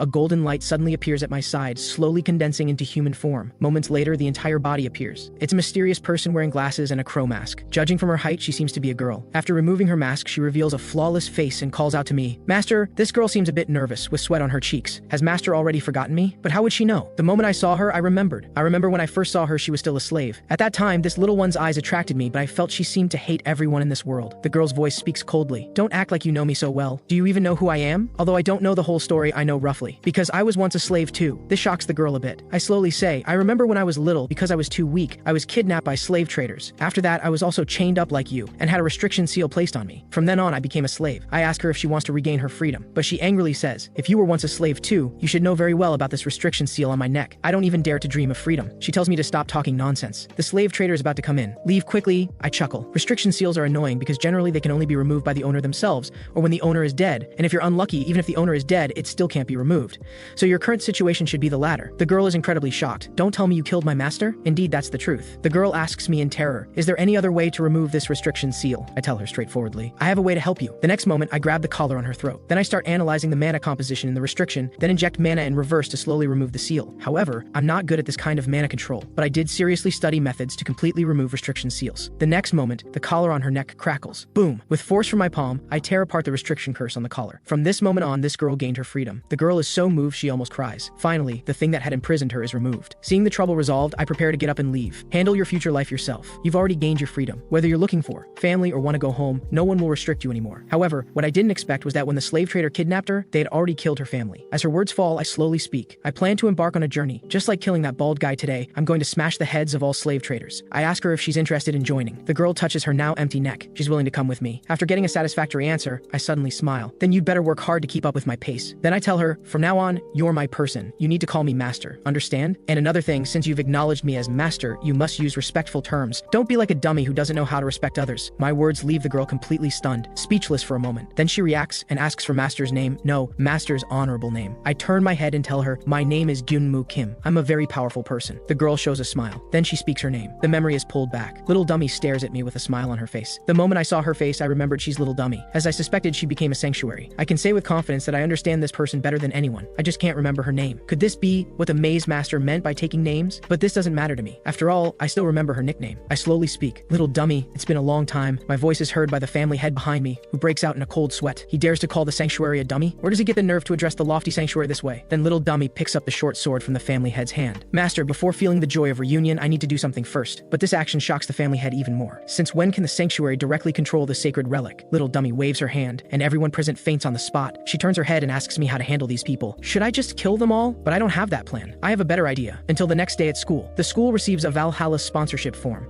It shows a personal donation of 5 billion to me. This shocks the school teachers so much their jaws nearly drop. However, they have no idea what actually happened. However, they're worried that Joo-hyuk Kim might be in a bad mood and curse, refusing to accept the money. 10 minutes later, in the meeting room, I happily accept the money. The teacher is somewhat surprised. He wants to know why 50 billion was transferred to me. I tell the teacher not to worry about it so much. Since I've already accepted the money, can I leave now? But the teacher still stops me. Wait a moment. Although you received a personal sponsorship, the school also received a donation. According to Valhalla's regulations, you can transfer to the premium dormitory. Do you want to? I indicate that I don't need to change dormitories for now. If I need it in the future, I'll ask you to help me transfer. Crash. I close the door and leave, leaving the teacher alone in the room in a daze. He still doesn't understand why. He clearly remembers that last time, when the family head tried to win him over, he refused, but this time he actually accepted. However, this isn't a bad thing for the school. At that time, Little Dummy asked me how to handle this matter. I told her not to rush to kill them because I had a better idea. This point is very important to me. At that time, the family head was already trembling with fear, even her speech was shaking. I suddenly squat down, and just calling her name startles her. I raise my hand and point at Little Dummy behind me. Your sanctuary can let me do anything. What do you want to do now? Little Dummy slowly says, the reason I strengthened the Bentrick family was to dedicate it to Master. It originally belongs to you, so dispose of it as you wish. Her loyalty to me always satisfies me greatly. At this moment, the family head finally reacts. Could our family's generations-old saying, all for one, have been meant for him? Little Dummy's eyes are filled with anger. Of course it was meant for Master. You fool, are you only realizing this now? The family head is still somewhat incredulous. Is this student really your master? Yes, although his appearance has changed, I can tell from his mana. I tell her to stop talking. First, your verification of my identity ends here. Second, you'd better worry about your own situation. Thinking about how these people have interfered with me, even wiping out their entire family would barely satisfy my anger. But the power and influence they possess are real. So from a long-term perspective, for my life to be more comfortable, I should make good use of these people. However, I'm really too lazy to control them personally. Then I start questioning her. You're quite good at managing the family, aren't you? It turns out she was originally the vice family head but served as acting head for 4 years. During those 4 years, she turned the tide and made the declining family become the most prestigious family in country Y. Hearing her words, I'm relieved. In that case, continue managing your family. Then I show a mischievous smile. But there's one thing, you must support my activities as a family unit, and you're not allowed to ask why. Then I point again at Little Dummy behind me. Her aura completely radiates outward. I say to her, if you dare scheme against me again in the future, do you know what the consequences will be? Before the family head can answer, Little Dummy speaks first. Master, you don't need to worry. I'll personally take some measures to ensure they don't dare make a move against you. I'm very satisfied with her answer. At this moment, golden light emanates from her body. This means her time is almost up. Although this space can allow a sanctuary to manifest, it requires a massive amount of mana, and now she needs to go back and rest. However, today makes her very happy. She actually got to see her long-lost master and witness my reborn appearance. She's very satisfied. I chuckle. You should hurry back and rest. Stop talking nonsense here. But before leaving, Little Dummy tells me, I think some of your other disciples have also become sanctuaries. I'll meet that person soon. Then, before finishing her words, she disappears from that spot. Thinking of this, my thoughts are pulled back. Other disciples have also become sanctuaries. Although I expected this, who exactly could they be? Suddenly, I have a bold guess. Perhaps all my disciples have become sanctuaries. Thinking back, I've only seen the faces of 2 sanctuaries. One is that guy Balche, and the other is Little Dummy. Due to the notification window, my meeting with Balche was inevitable, but my meeting with Little Dummy was purely coincidental, and now sanctuaries are everywhere. I can't possibly meet them all one by one. But speaking of which, that guy Balche hasn't spoken since meeting the guide. However, just as my words fall, that domineering voice sounds. Are you calling me? The reason I haven't responded for so long is that I've been organizing my thoughts. When I entered the secret vault, his memory was interrupted. From Balche's perspective in the image world, I just went in and came right back out, so his memory of this period is interrupted. Moreover, during this time, his memories have somewhat revived, recalling many things. The most important information is about the Maze Master. It was that person who gave him the name Balche. Then I return to the classroom and continue chatting with Balche. The one who took your original name is the Maze Master. The one who gave you the name Balche is also the Maze Master. Balche nods. When she gave me the name, she also gave me power. The power is the Tower Master of the Tower of Destruction. But I feel that power influenced my personality. So when Balche was the Tower Master, his personality was very rigid. Now it's closer to his original personality. For us, all of us on Earth are fish in the Maze Master's farm. But the guide said they have a chance to fight back. So I've been waiting for that opportunity to come. The next day, I meet the guide again. However, when I see her this time, I'm very confused. Because at this moment, I was preparing to go to the cafeteria to get food, but was teleported here by her, still holding the food tray in my hands. The guide seems extraordinarily curious. What is that glowing thing in your hands? I've never seen it before. I angrily wave the tray in front of her eyes. This is called a food tray. Even if we agreed to meet in 2 days, you can't summon me during lunch. Then I ignore her and sit down directly, telling her to hurry up and say what she needs to. I still need to rush back to eat. The guide asks if I brought the ring. Hearing her words, I directly pull out the ring from my pocket. The guide chuckles. Starting now, we need to make good use of this ring. But I feel this ring is very ordinary. Even after I put it on, nothing happens. My power doesn't increase. Why do you say we can use it to fight back? Actually, the explanation is simple. You just need to wear the ring and conquer a maze. Her words surprise me a bit. Can I just find any random maze? But I haven't discovered any naturally formed mazes recently. The remaining mazes are all managed. The guide tells me not to worry. Of course, you can't just randomly pick a maze to conquer. The maze master will soon personally create a maze. In your world's terms, it should be called a monster outbreak. After hearing her words, I'm completely stunned. Does that mean innocent people will be dragged into this? And this is the so-called disaster. Once the maze appears, monsters will surge like a flood, ravaging the surrounding areas. Before my rebirth, such incidents were commonplace, and the world had descended into chaos. But after I was reborn, these events gradually subsided. Just as life was starting to feel somewhat worthwhile, I need to figure out when the disaster will strike, where it'll happen, and how big it'll be. This disaster will occur 3 months from now. The location is supposedly in Country B, and the scale is still being determined. This is actually manageable for me since I live in Country B. But you're being so vague, how am I supposed to defend against it? The guide asks me to be understanding. After all, she has to avoid the maze master's surveillance while providing me information, so she's working under certain limitations. This world has been a maze from the very beginning. The mazes that form within this maze are deliberately created by the maze master. I'm well aware of this. He's definitely cultivating names, and when the time comes, he'll start harvesting them. The guide nods. Indeed, that's the case. She hopes to help people prepare and adapt before the Tower of Destruction appears. After hearing this, I understand somewhat. She wants me to wear this ring and destroy the maze that appears during the disaster. But before that, the guide wants to know how I usually destroy mazes. That's pretty straightforward for me. Since the bosses generated with mazes are usually tough to deal with, I typically choose to ignore them and destroy the maze stone directly. The guide praises me for being clever. That method is indeed fast, but I can't do that this time. She points at the ring on my hand. I need to wear the ring and defeat the maze's boss. Why is that? Destroying the maze stone directly would also break the maze, wouldn't it? What I didn't expect was that the guide actually has a reason. Although the world I live in is a maze, she cannot freely construct things like disasters or the Tower of Destruction, because these all require the power of the names he has obtained. The guide explains concisely. Mazes are actually constructed from names. In such mazes, the convergence point of the name's power is the maze's boss. So as long as I wear that ring and defeat the maze's boss, I can absorb the maze master's names. And this is the guide's plan. But I have a question about this. That guy has absorbed more than just 1 or 2 names, right? So if I only steal 1 name, what kind of counterattack is that? The guide chuckles. That's an excellent question. You're right, even if the maze master loses 1 name, it won't attract his attention. That guy's current goal, as I mentioned before,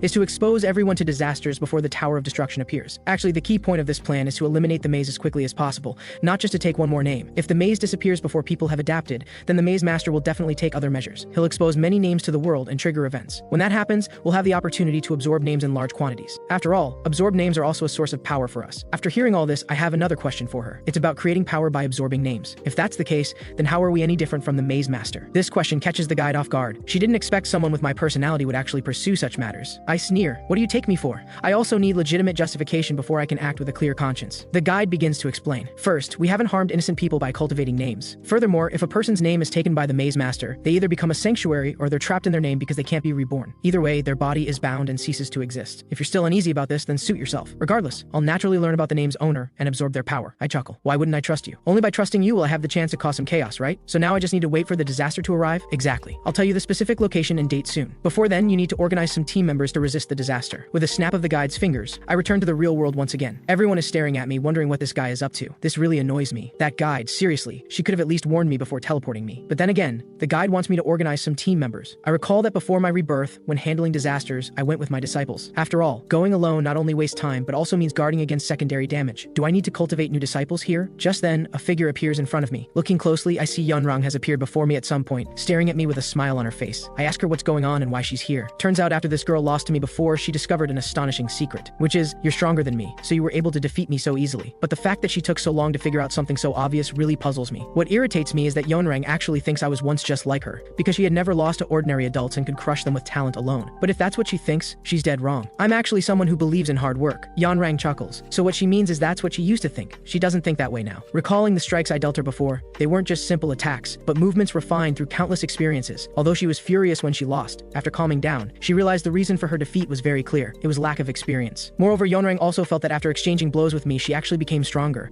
So now she has only one request, for me to keep fighting with her. Yon Rang's goal is quite ambitious. She wants to defeat me once. Always hearing her talk about fighting me, but what kind of strange logic is this? I find it annoying, so I decide to leave. At this moment, Yon Rang blocks me. She came all the way from the Empire just to compete with me. But I think with that time, she'd be better off practicing her family's inherited martial arts. After saying this, I received some surprising news. Yon Rang doesn't know martial arts. Since she can remember, after displaying amazing talent, she never received proper training again. Everything after that was self-taught. Moreover, she always felt that everyone in her family rejected her. This really surprises me. So were things like this even before you beat up those contractors? Things are indeed as I suspected. From the beginning, Yon Rang never unilaterally beat them up on her own initiative. Since Yon Rang was often excluded from the family's regular training, to prevent her skills from deteriorating, she asked them to find her some training partners. But without any explanation, they actually sent her several adult contractors. Fortunately though, the people Yon Rang defeated were all just weaklings. I'm getting more and more confused. Although what she says overlaps somewhat with what the White Lotus Society leader said, it's completely different. This girl clearly has talent and is passionate about combat, but the leader's tone made it sound like she deliberately went around causing trouble and picking fights. So I continue asking, then were you forcibly confined in the White Lotus Palace? On this point, what she says is similar to the leader. To some extent, she went involuntarily, because they openly called her the family troublemaker. In a fit of anger, she locked herself in. Anyway, she was stronger than the adults there, so going in didn't matter. But now she's come out because she found someone 100 times stronger than herself. She wants to defeat me. If fighting me can make her stronger, then Yon Rang can grow without the family's guidance. What she doesn't know is that I never agreed to fight her. This really frustrates Yon Rang. I came all this way just to fight you. After hearing her words, I find it even stranger. Yon Rang is someone rejected by her family, so she was locked in the White Lotus Palace. But then, why did the leader ask me to bring her out? Although I don't quite understand the context now, from the Seol family's perspective, wouldn't it be better for Yon Rang to stay in the White Lotus Palace? The next moment, I'm getting impatient with her. I say fine, I got it, now let go of me. Then I take the delighted Yon Rang to the training room. Meanwhile, Arin Choi and Soyeon Yu are also training here. I tell her to wait here for a bit while I go change. Just then, I'm suddenly startled by Arin Choi's shout. Arin asks me who that girl I brought is. I tell her Yon Rang is a maniac I met at the White Lotus Society. She said she wanted to spar with me, so I brought her here. Arin glances in Yon Rang's direction. Yon Rang nods respectfully and politely. The next moment she senses something is wrong because the aura emanating from Arin is quite intimidating. Would someone really come from so far away just to fight someone? After sensing Arin's aura, Yon Rang steps forward. What's with that look? Arin indicates she doesn't want to compete with her right now. Soyeon Yu behind them sees Yon Rang's hair color and figures out her background. She must be from the Seol family, right? She came from country D really just to fight Joo-hyuk Kim? Moments later, Yon Rang and I stand in Valhalla's sparring arena. The ones who decided to spar are clearly just Yon Rang and me. But when I turn around, I see 3 people watching me here. Yon Rang stretches her body, finds them quite interesting, and even boldly declares for me to wait. She'll defeat me soon. Seeing this, I'm not polite with her either. Since you're so confident in your own strength, I won't hold back. Just then, I recall what the guide told me earlier. She wants me to organize some team members to resist the disaster. I'm thinking this Yon Rang could be just the help I need. Thinking of this, I say to her, don't you want to become stronger? After hearing her response, I say, if I win here, you have to become my disciple. How about that? This statement stuns Yon Rang. The reason she wants to become stronger is to beat me. I chuckle and gather some mana in my fist. After you become my disciple, you can beat me then, can't you? These two things don't seem to conflict at all. Now I'm making my move. Yon Rang immediately assumes a defensive-offensive stance. She can't worry about all that now. First, let's have a good fight. The next moment, her elbow strike comes at me like a collapsing mountain. That strike lands on my arm without warning. I exclaim, well, looks like you've indeed improved a lot since before, and your strength has increased significantly too. It's just that no matter how hard you punch, you can't harm me in the slightest. Hearing my taunt, Yon Rang's fighting spirit becomes even stronger than before. She directly releases all her mana. Although you blocked my attack just now, this time you absolutely won't be able to block it. I stare at this blazing fire, feeling the scorching heat on my face. Arin and the others feel the same. They're unable to open their eyes due to the heat wave. What's going on? Why does the White Lotus Society have such a monster? They all feel that the mana Yon Rang just released has a higher density than Joo-hyuk Kim's mana during the tournament. With a whoosh, Yon Rang's figure is fast as lightning, immediately charging toward me. This time she's fully prepared. Even if she lands just one hit, it'll be a meaningful strike against me, because even if I block it, I'll still be impacted by the mana. But just then, Yon Rang freezes mid-charge. She sees me making the exact same movements as her. I say calmly, you like combat, and I also like head-on clashes. We both show combative smiles. In that case, I won't dodge or evade. Let's convince each other with our fists. With a bang, our fists collide directly. After the fists collide, Yon Rang's body immediately holds its ground against me. In just a few seconds, she senses something is wrong. She's already released a lot of mana, but she still can't match me. She even feels I haven't deployed all my mana. Yon Rang is incredibly shocked. She's clearly felt it. After our last confrontation, I've become even stronger during this time. At this moment, I stop attacking and say slowly, I'll take your attack head-on only this once. While she's still dazed, I've already pulled out my right leg. From the second time on, you'll have to block and counterattack on your own. With a bang, I kick Yon Rang flying with one strike, although she blocked my attack. At this moment, she feels her internal organs churning, and she realizes her earlier attacks didn't effectively hurt me at all. With a thud, Yon Rang's body can no longer hold up and collapses directly to the ground. The match ends. My battle with Yon Rang is a complete victory, and now I have another disciple. Then we lean Yon Rang's body against the wall to let her rest, but her eyes suddenly widen. The next moment, she sits up gasping. What happened? How long was I out? Then she notices her lower abdomen aching faintly.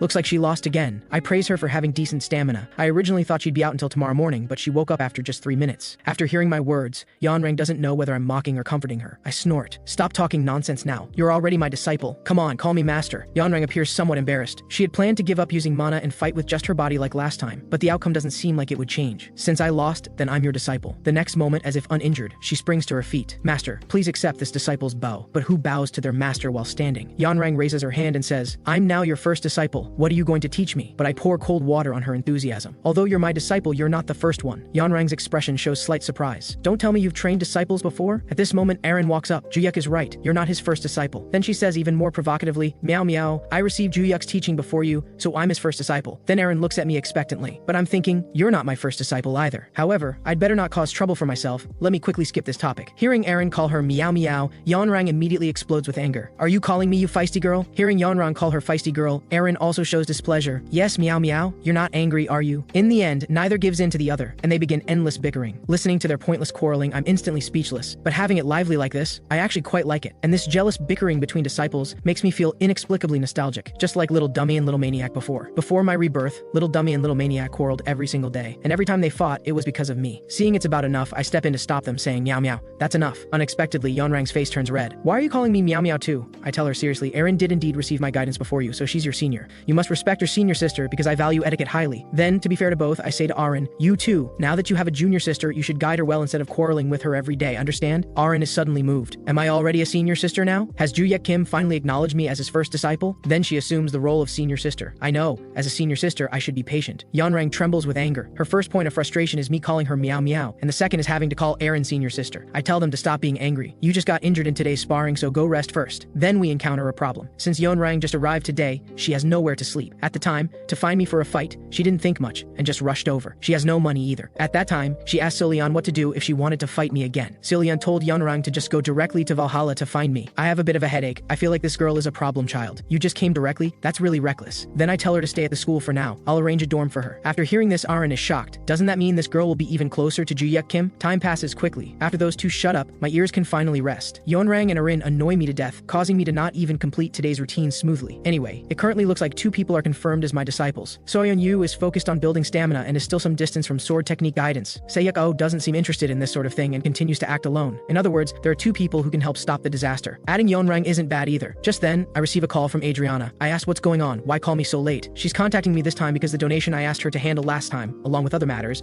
are now in the final stages. I make a couple of acknowledging sounds. I've already confirmed the scholarship matter. The family head seems somewhat embarrassed, so she can only ask if things are mostly resolved and whether I still need her help. However, my next words shock her immensely, because I tell her a disaster will erupt in 3 months. Assign some contractors to help me. As for where this information came from, don't get involved. Just trust me and you won't go wrong. Hearing that the disaster might occur in their country, the family head panics. She'll contact the National Guild as soon as possible and notify me once she's contacted a large number of contractors. And I confidently entrust this matter to her. If possible, conduct this as secretly as possible, because I don't want too many people to know and cause widespread panic. Then the family head has one more thing she wants to ask of me. That is, if the sanctuary wakes up, to put in a good word for her and mention her hard work. Because the family head has been trying to contact the sanctuary every day, but hasn't received any response. She might still be sleeping. Last time, Little Dummy said she overused her abilities and needed to rest. I didn't expect that after a day she still hasn't fully recovered. I tell her not to worry. As long as you help me handle things properly, I'll definitely put in a good word for you in front of her. Time flies and it's now the next day at the gym. At this moment, I'm training my running stamina on the treadmill. Beside me is Arin, keeping pace steadily with my stamina training. Next to us is my newly accepted disciple Yon Rang. At this moment, her stamina is clearly insufficient and can't last. After running for only 10 hours, she feels like she's about to run out of oxygen. After a moment, I let out a long breath. That's it for today's warm-up training. Then I glance over and turn my head to look at Yon Rang. I find that she's already exhausted, her whole body lying on the floor, gasping for breath. Yon Rang feels like her lungs are about to explode. Running continuously for 10 hours, she's never trained for this long. She sits up and complains in dissatisfaction. I almost died, but I retort firmly, aren't you still alive now? What surprises me somewhat is that she actually managed to keep up with our stamina training. I thought she'd pass out or give up halfway. Looks like she didn't just play around in the White Lotus Palace. Thinking of this, I'm somewhat pleased. Seems like Yon Rang's basic stamina is pretty decent. Should I accelerate her progress a bit? While thinking about this, I hear a knocking sound. Then I look up and see a woman who looks very much like the society leader standing before me. She asks if Yon Rang came here. This woman feels somewhat unfamiliar to me, but her appearance resembles both Seolian and Yon Rang, just as Arin and I are both somewhat confused. The woman who looks like the society leader casually glances at the ground. At this moment, she finally spots her daughter. After seeing her mother, Yon Rang grimaces and shouts, Seolianwa, what are you doing here looking for me? Hearing Yon Rang's words, I understand. She's Yon Rang's mother. I thought Seolian was Yon Rang's mother. Yon Rang's mother chuckles. So you're the Joo-hyuk Kim who made Yon Rang run away from home. Then Yon Rang's mother introduces herself. My name is Seolionwa. I'm the head of the Seol family and also Yon Rang's mother. The White Lotus Society leader Seolian is my younger sister. No wonder I thought the two of them looked so similar. Yon Rang's mother is very curious. Seolian clearly promised me before that once Yon Rang left the White Lotus Palace, she would contact me. But she actually let Yon Rang come to Valhalla without contacting me. So this time she's here to take Yon Rang back and also ask Seolian face to face. Yon Rang is furious. In the past, whether I was ostracized or imprisoned, you didn't care at all. Now you want me to go back? What kind of joke is this? Get lost. Also, stop treating me like your daughter. You being like this disgusts and irritates me. me. Seolyeonwa begins to explain. Driving you away was the sanctuary's instruction. You know that too, don't you? Why blame me? But this matter wasn't told to Yon Rang by her mother. Yon Rang recently heard about it from a maid. Otherwise, she'd probably still be kept in the dark. Seolyeonwa thinks that since she already knows, there's no point asking about the sequence. Besides, this time going back is because the sanctuary told her to bring Yon Rang back. Moreover, this time is a bit special. It's a chance for Yon Rang to gain the sanctuary's approval once more. Don't bring shame to her again. Upon hearing it's the sanctuary's request, even the bold Yon Rang feels somewhat uneasy. Even now, you still want me to go back? In other words, the reason you let me leave the White Lotus Palace recently was to let me gain the sanctuary's approval? Seolyeonwa nods. That's right. All of this is Lord Sanctuary's will. At this moment, Yon Rang roars, "Get out! There are still students exercising in this gym. You coming here will disturb them, so hurry up and leave," she warns her mother. This is neither the Seal family nor the White Lotus Society, so don't think about causing trouble here. Seolyeonwa chuckles. I knew this situation would arise, so this time I didn't bring bodyguards at all and came here alone. Her purpose in doing this is to avoid being concerned about others' reactions and take Yon Rang away directly. The next moment, blue mana gathers in her palm. With a bang, Seolyeonwa's cold palm strikes heavily on Yon Rang's chest, and she infuses powerful mana through her palm, penetrating Yon Rang's body. Although this force doesn't truly harm the body, it can temporarily paralyze Yon Rang's resistance nerves. Yon Rang's arms block in front of her. She actually blocked that move just now. But a mother suddenly attacking her daughter, this really displeases Yon Rang. She doesn't want to endure it anymore. The next moment, her speed surges forward in a sprint. If she wants to defeat her mother Seolyeonwa, she must win in one strike, ending the battle with the fastest speed and strongest attack power. At this moment, Yon Rang speaks slowly. You should still remember, right? Last time you rushed at me, I was the one who defeated you. Yon Rang leaps up above Seolyeonwa, preparing to deliver a heavy blow. But Yon Rang soon discovers that although her attack landed, it didn't cause her mother any harm. Moreover, her proud combat technique is actually blocked by her mother with one hand. Yon Rang, you've indeed become stronger. Looks like you didn't just play around in the White Lotus Palace. Yon Rang snorts coldly. I didn't want to fall so far behind you all just because I was in an empty space, so I trained even harder. The next moment, Seolyeonwa's palm applies slight force, making Yon Rang's fingers crack. You must return to the Seal family to study properly. Seolyeonwa wastes no more words, and with a flick of her hand flips Yon Rang's body around. This greatly surprises Yon Rang. What's going on? When did she become so powerful? The next second, Yon Rang reacts and immediately reverses her body position, adjusting her angle and landing steadily on the ground. Without pausing, she immediately raises her foot and kicks towards Seolyeonwa. Seolyeonwa feels Yon Rang's attacks are still as savage as ever, completely lacking any technique. Yon Rang tells her to shut up. A defeated opponent has no right to lecture her. Watching the mother and daughter fight before us, Arin and I can't help but comment. I feel Seolyeonwa is really annoying. Arin feels the same way. She thinks Seolyeonwa clearly abandoned her own daughter, but now because of urgent need wants to drag her back. That's really too much. So she thinks little Meow Meow must be very depressed, surely wanting to escape that family with all her heart, but fearing the sanctuary's power, she can't leave. At this moment, Yon Rang's attack lands again, but is easily blocked by Seolyeonwa. She tells Yon Rang to stop this futile resistance and hurry back with her before getting hurt. After hearing Seolyeonwa's taunt, Yon Rang's feet secretly activate mana. The next moment, catching Seolyeonwa off guard, she immediately kicks up. Seolyeonwa's kick flying back more than 10 meters. Then Yon Rang shows a triumphant smile. That kick just now was infused with mana and delivered fiercely. Even if she can block it, she'll surely be seriously injured. But the next second, something unexpected happens. Her foot, right after that kick, has turned directly into ice. Seolyeonwa says with displeasure, "This should be the first time you've seen me use magic, right?" Then she introduces her family's sanctuary, the Snow Abyss King's ability, and she even promises that after Yon Rang returns home, she can also obtain the opportunity to wield this power by signing a contract with the sanctuary. To this, Yon Rang shows disdain. I was wondering how you became so powerful. Turns out you're relying on someone else's power. Looks like you're as despicable as ever. Seolyeonwa doesn't care about Yon Rang's words at all. This world is just like this. There's no such thing as despicable. Besides, you're not judging my true level based on your old standard of physical combat results only, are you? Then Seolyeonwa poses her final question. I'll ask you one last time. Are you willing to leave here with me? Then Seolyeonwa even extends her palm, inviting Yon Rang to return with her. However, Yon Rang's answer is straightforward. There's no way I'm going back with you. Seolyeonwa sighs. What a disobedient child. Now I can only use violent means to take you back. Then Seolyeonwa flash steps right in front of Yon Rang. Since you're so stubborn, don't expect me to take you back unharmed. Yon Rang curses inwardly, damn it. Her right foot is completely frozen and she can't react at all. Seeing this, Seolyeonwa waves her hand. This time I'm going to freeze and shatter your right arm. I'll make you watch your arm disappear bit by bit so you can reflect properly. A clanging sound is heard as I kick away Seolyeonwa's attack. I tell her that's enough. Stop making things difficult for Yon Rang. If you don't heed this warning, then I'll personally intervene.